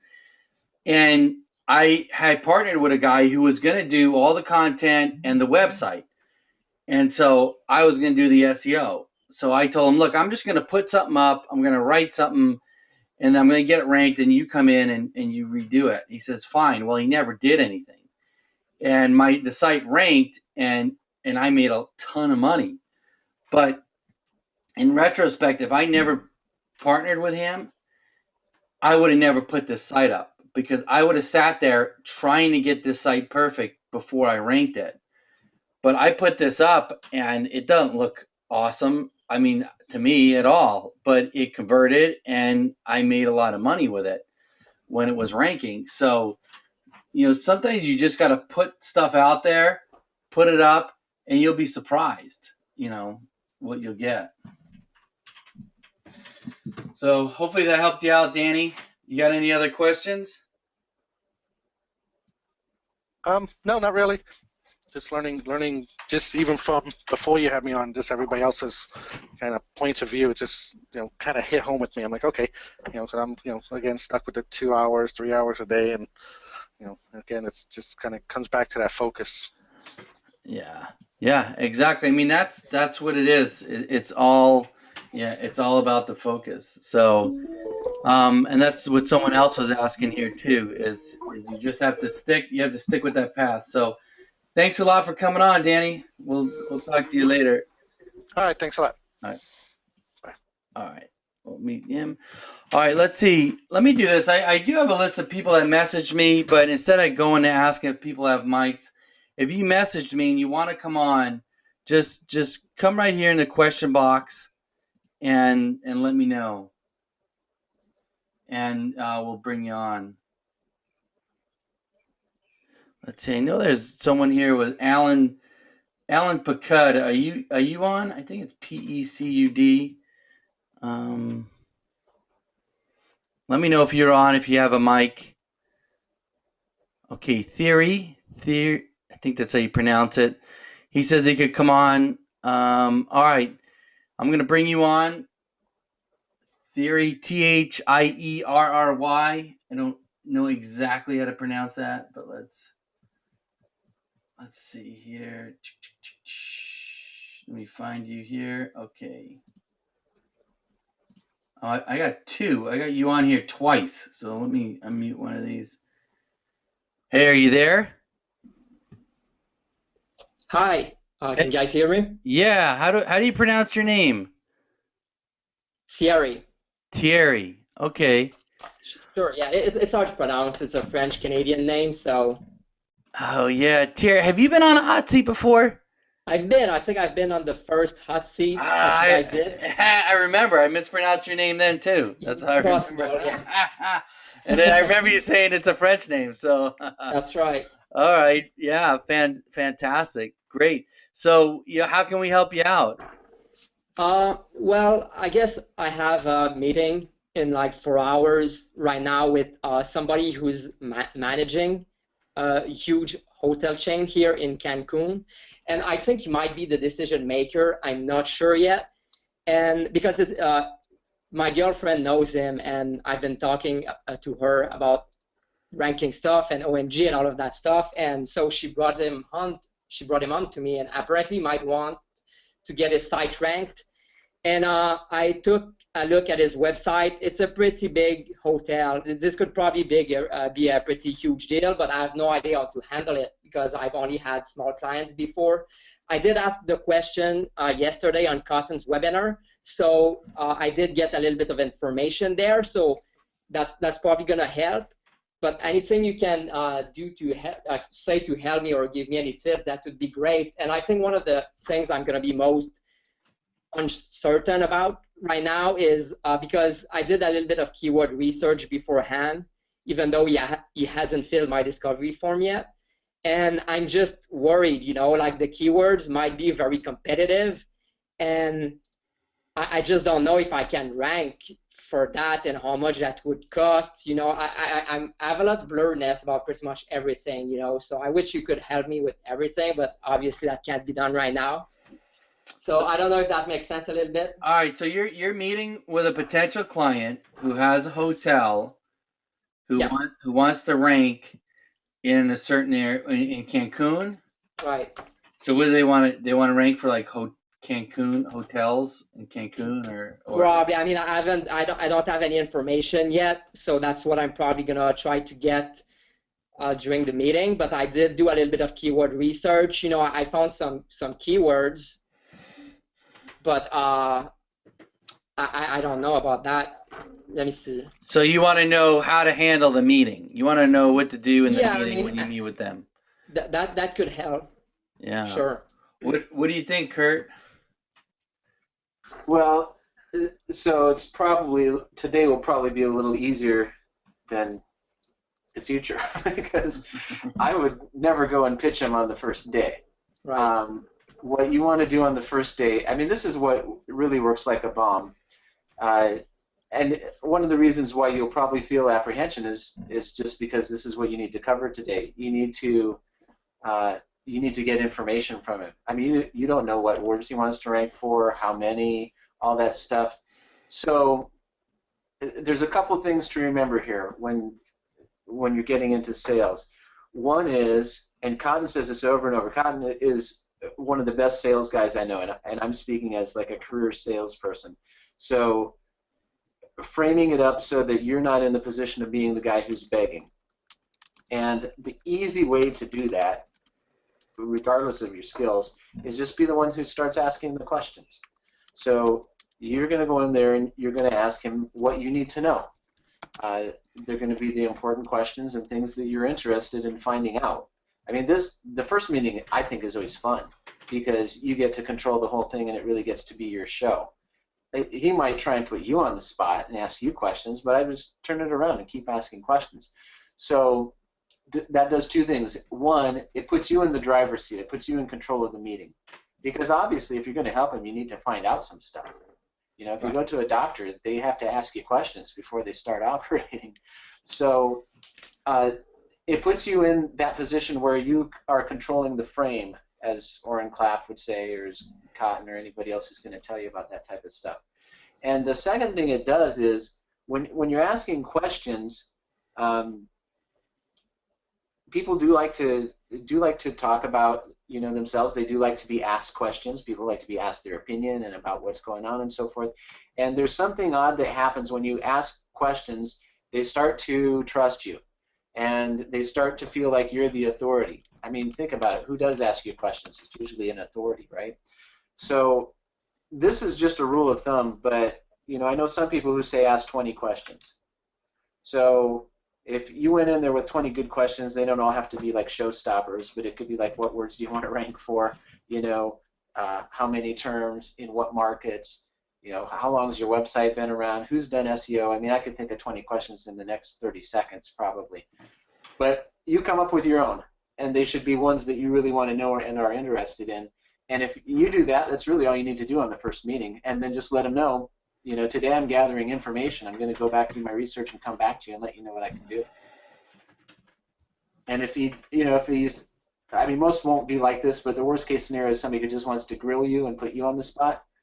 Just don't do it. Just keep asking them the questions.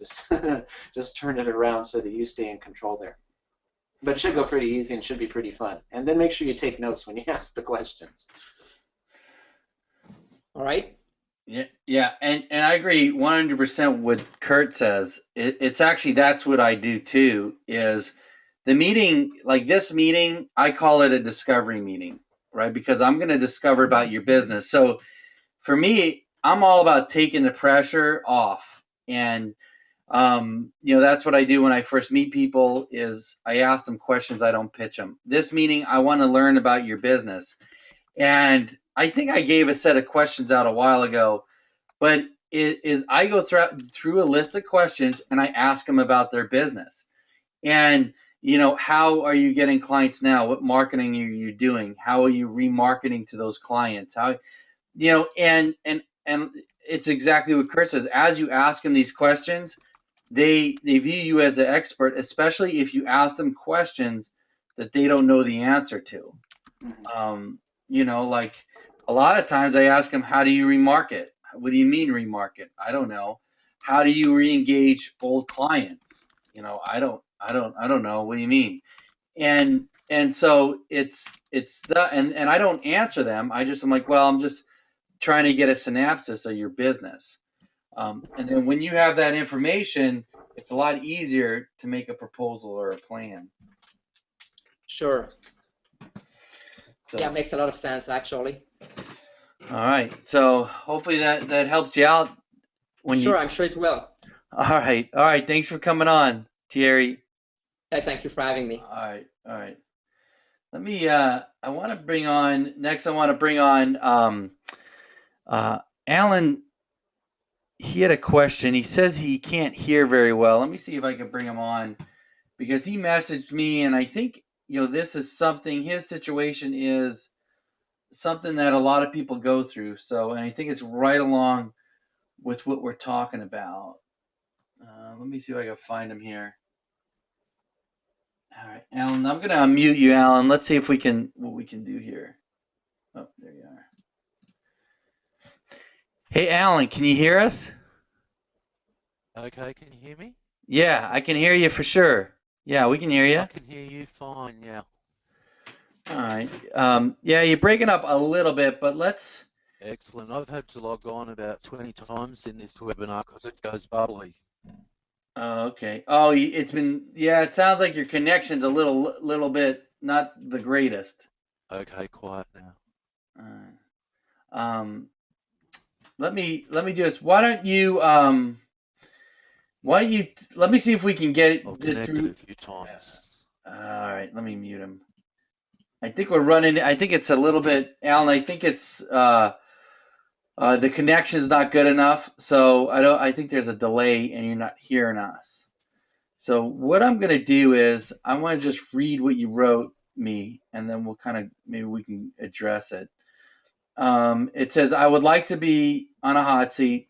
I've been at this since July 2003. Even now, there is nothing that I'm doing online that I can point to and say that I'm making a profit. I have got more skills and tools than you can poke a stick at. Plenty of action, but not effective action. Shiny objects, right? So getting stuck in shiny objects, and you want to quit your day job and get going. Um, so, Alan, let me ask you this. I'm going to unmute you. Let's see if it comes through. But um, what steps have you done? Have you done anything like try to get a client, or what steps have you done that didn't work?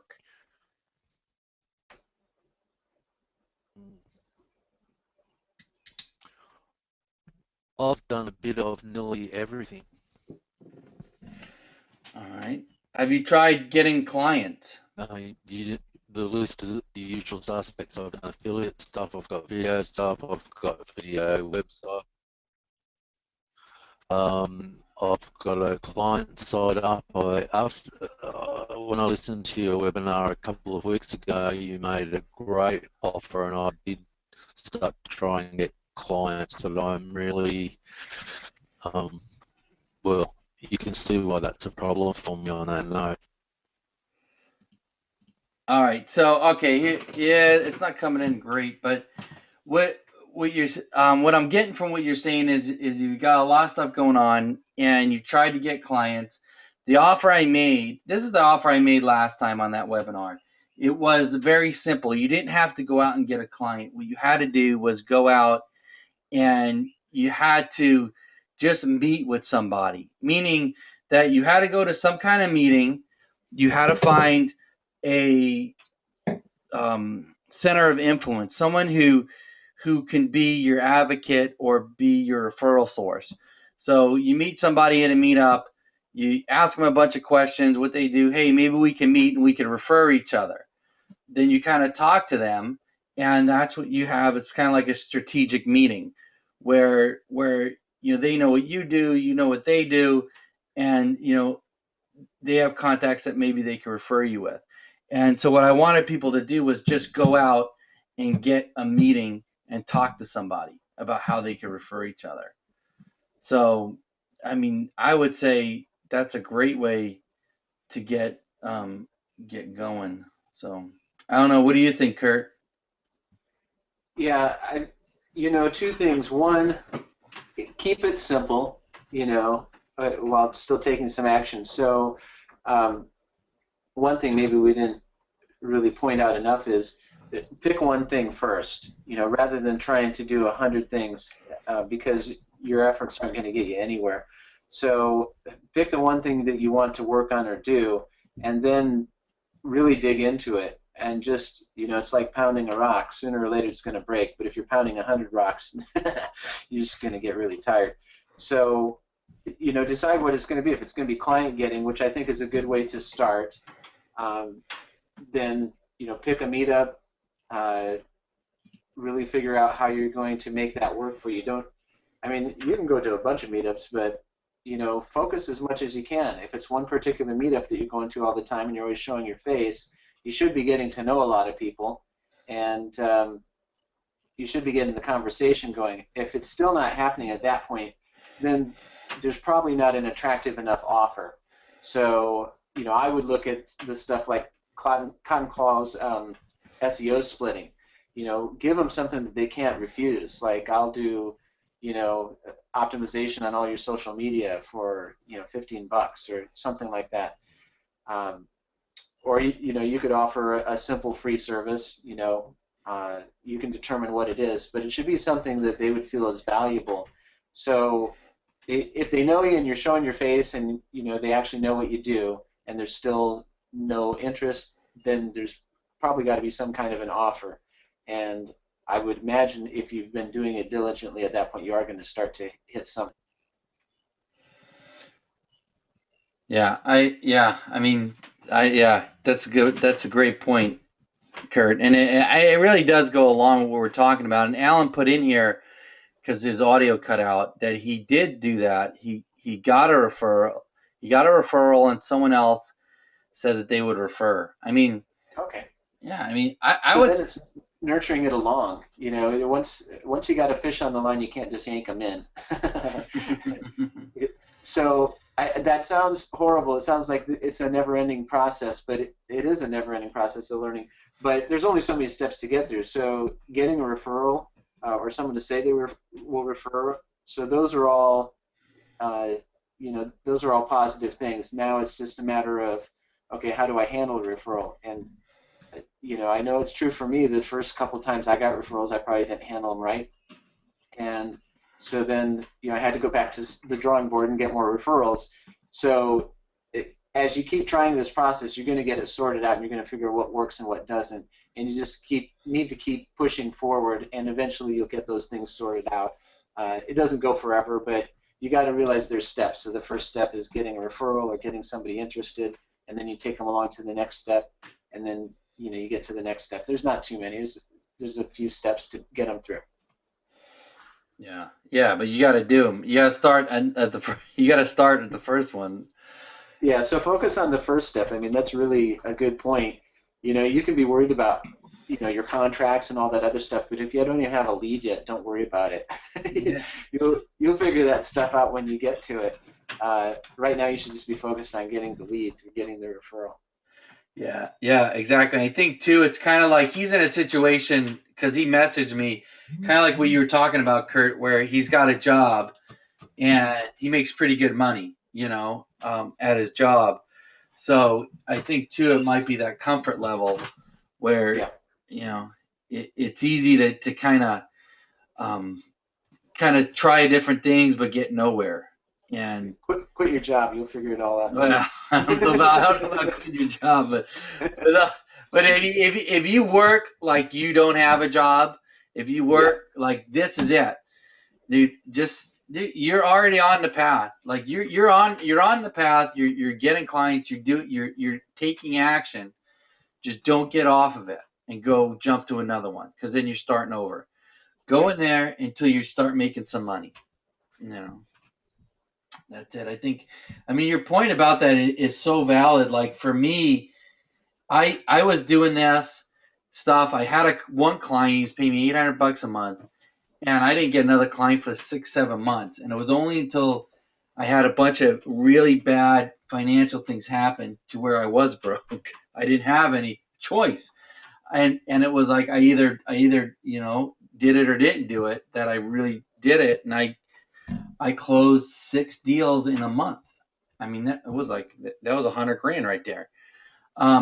And it's not that I closed them because I got some course and I just closed it. It was because I knew all the stuff already, and I took such incredibly massive action that it worked out, because I went at it like I didn't have an option. And that's kind of what you got to do, Yeah, so, I mean, either give yourself some necessity or create some fake necessity. I mean, put yourself on rations or something, Take some of your money and put it aside, and don't allow yourself to use it to pay the bills. Figure out ways. I mean, I used to play games like that, and come up with little gimmicks. Either that or, give yourself a goal of something you really, really want, but you're only going to let yourself go out and purchase it after you've gone up in income a certain amount. So, that's one I use a lot too. I've done that for years and years. Like, if I got a new client this week, then I'm going to go whatever, some kind of treat. And if I don't have a new client this week, it's grilled cheese sandwiches. I know. And two, I want to clear because Angela asked it, was that 16,000 a client? No, I'm going to clarify that. That was 100. It was worth of contracts or deals.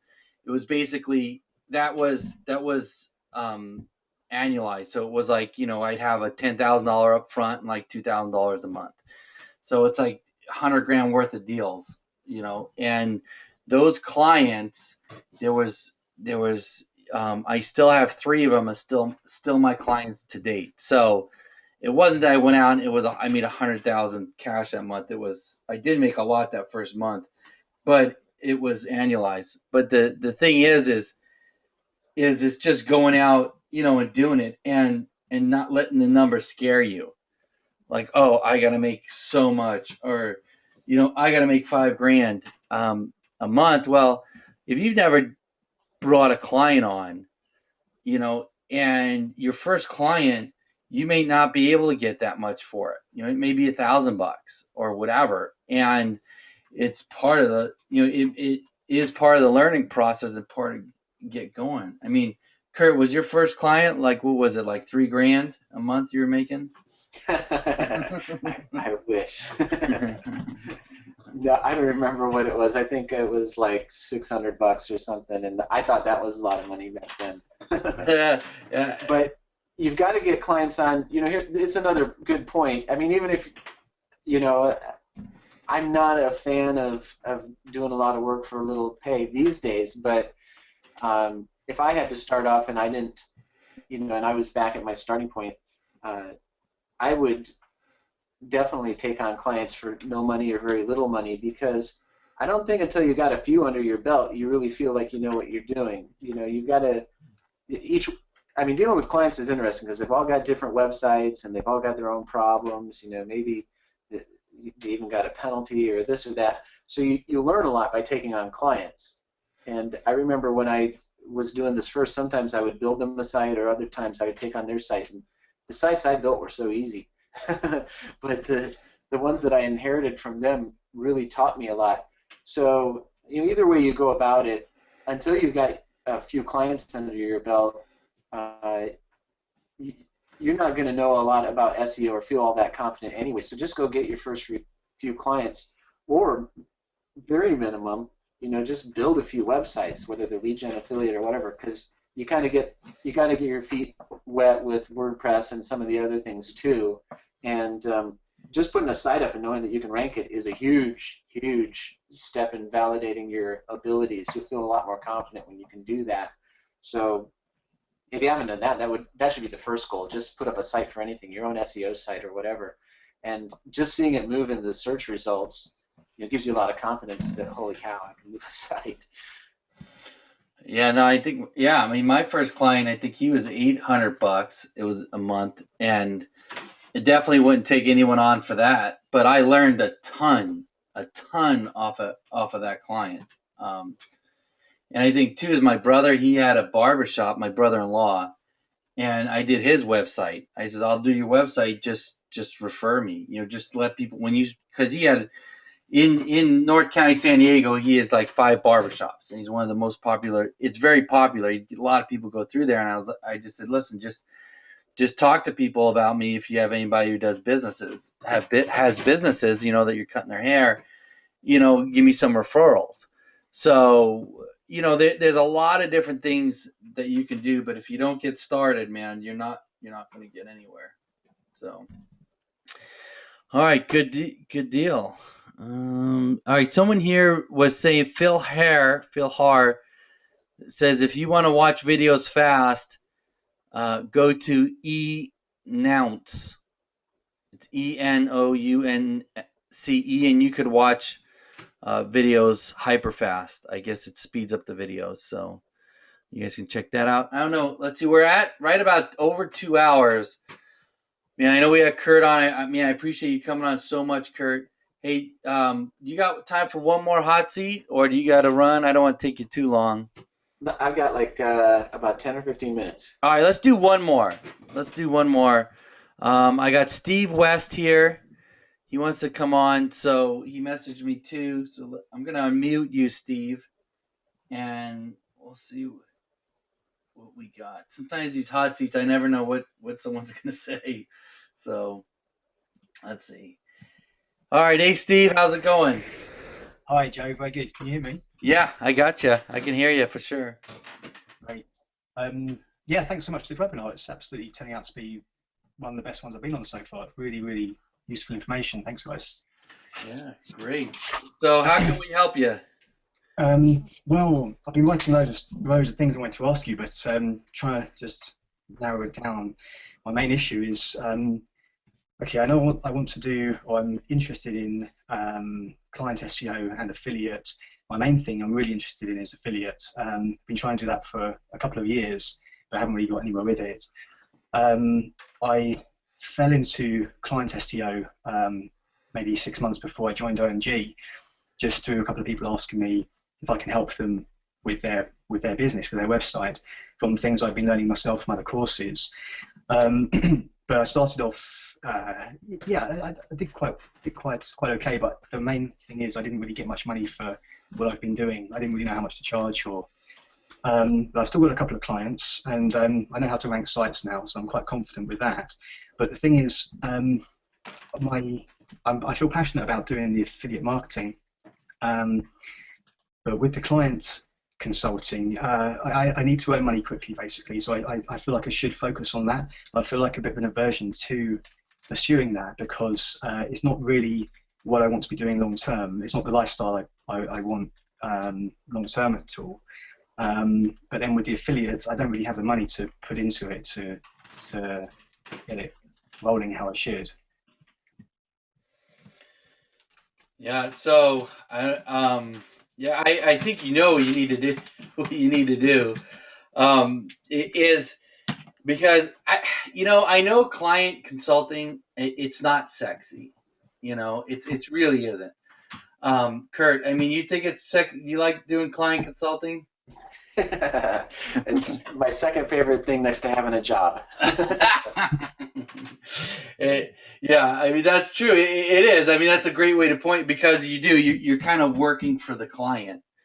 But what it will do is it will help you get income coming in. It will help you to take the stress away from not making money at this, and you're making money, and then you could venture out. I mean, what do you think, Kurt? Yeah, I mean, if there is really, if you're crunched for cash, or I mean, if you're not well off, if you got, if everything's fine, then sure, take a few months and build an affiliate site or two. But if you're a little more pressed, or you just aren't going to be able to do that because you don't even have the capital to get it started, then go get a couple clients. I mean, I don't know what position you're in, but you could take on a client for whether it's a low paying, $800 or $1,200 or $1,500 makes a world of difference. And remember, you're learning, at your client's expense to some degree. You'll always learn each client you take on. I mean, I don't think there's one client that I've taken on where I didn't learn something, whether it's about the site or what was going on. So it's not the worst thing in the world to do. And if you've got a long-term plan that you're really passionate about, just let this be a part of it. I mean, not everything's going to be like a bed of roses, so, okay, follow your dreams and do the affiliate thing, but there's going to be a little grunt work, and maybe getting some clients might be part of that. And if you realize that that's all getting you to where you really want to be, then probably you'll have a little more purpose for getting clients. Yeah, okay, sure.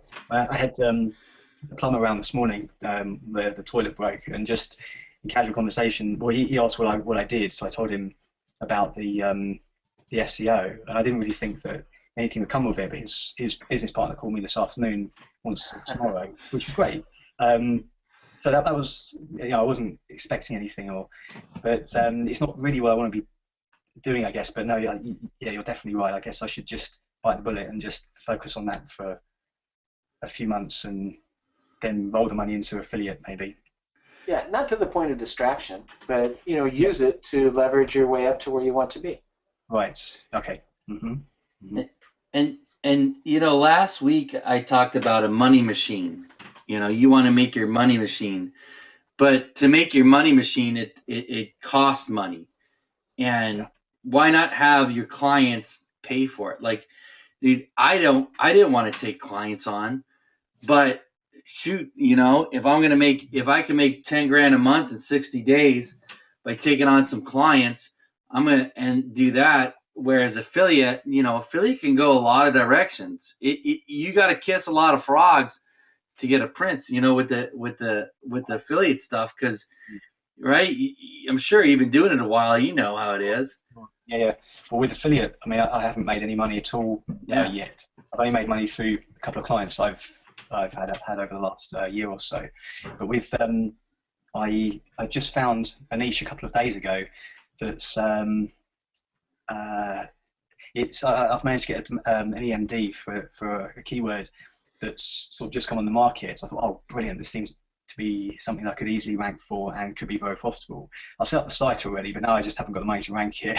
Well, I've got 6 PBNs only, but I can't afford to buy any more at the moment. So I'm going to, over the next week or two, I'm going to link from those PBNs, and then I guess get it as far as it can go, and then I guess just focus on the client consult. Let me ask you this. Realistically, how much do you think that one affiliate site can make you?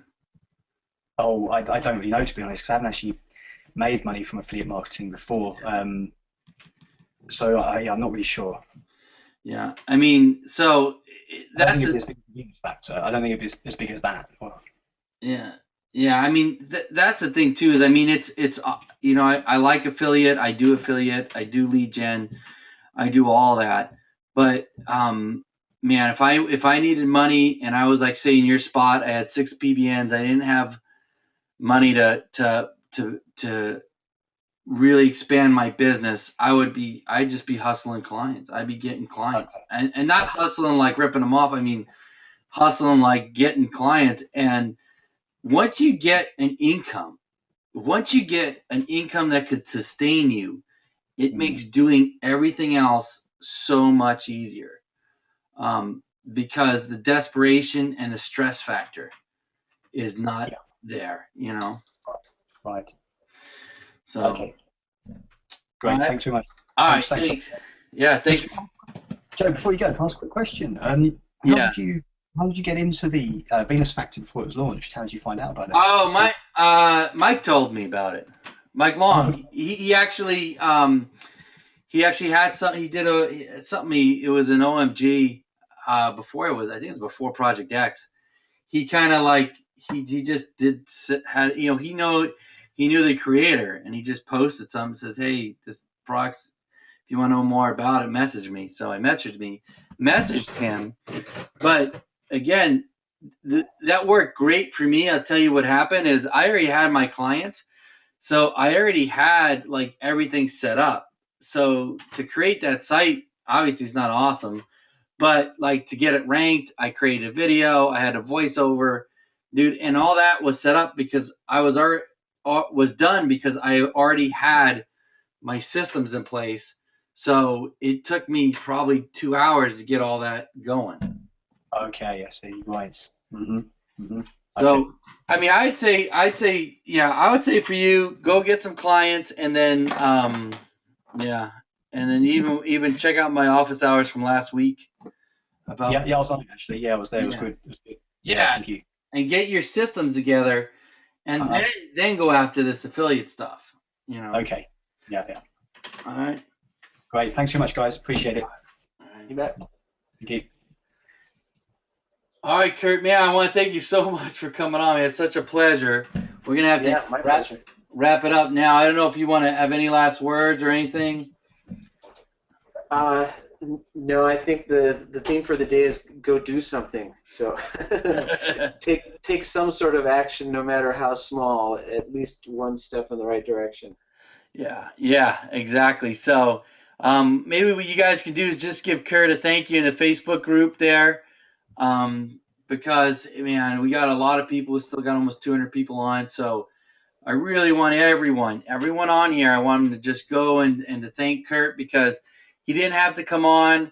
And he really gave some extremely valuable information. So we want to thank him. Just give him a thank you in there. Let him know that we appreciate him taking the time to come and help us out. So again, until next week, we will see you guys later.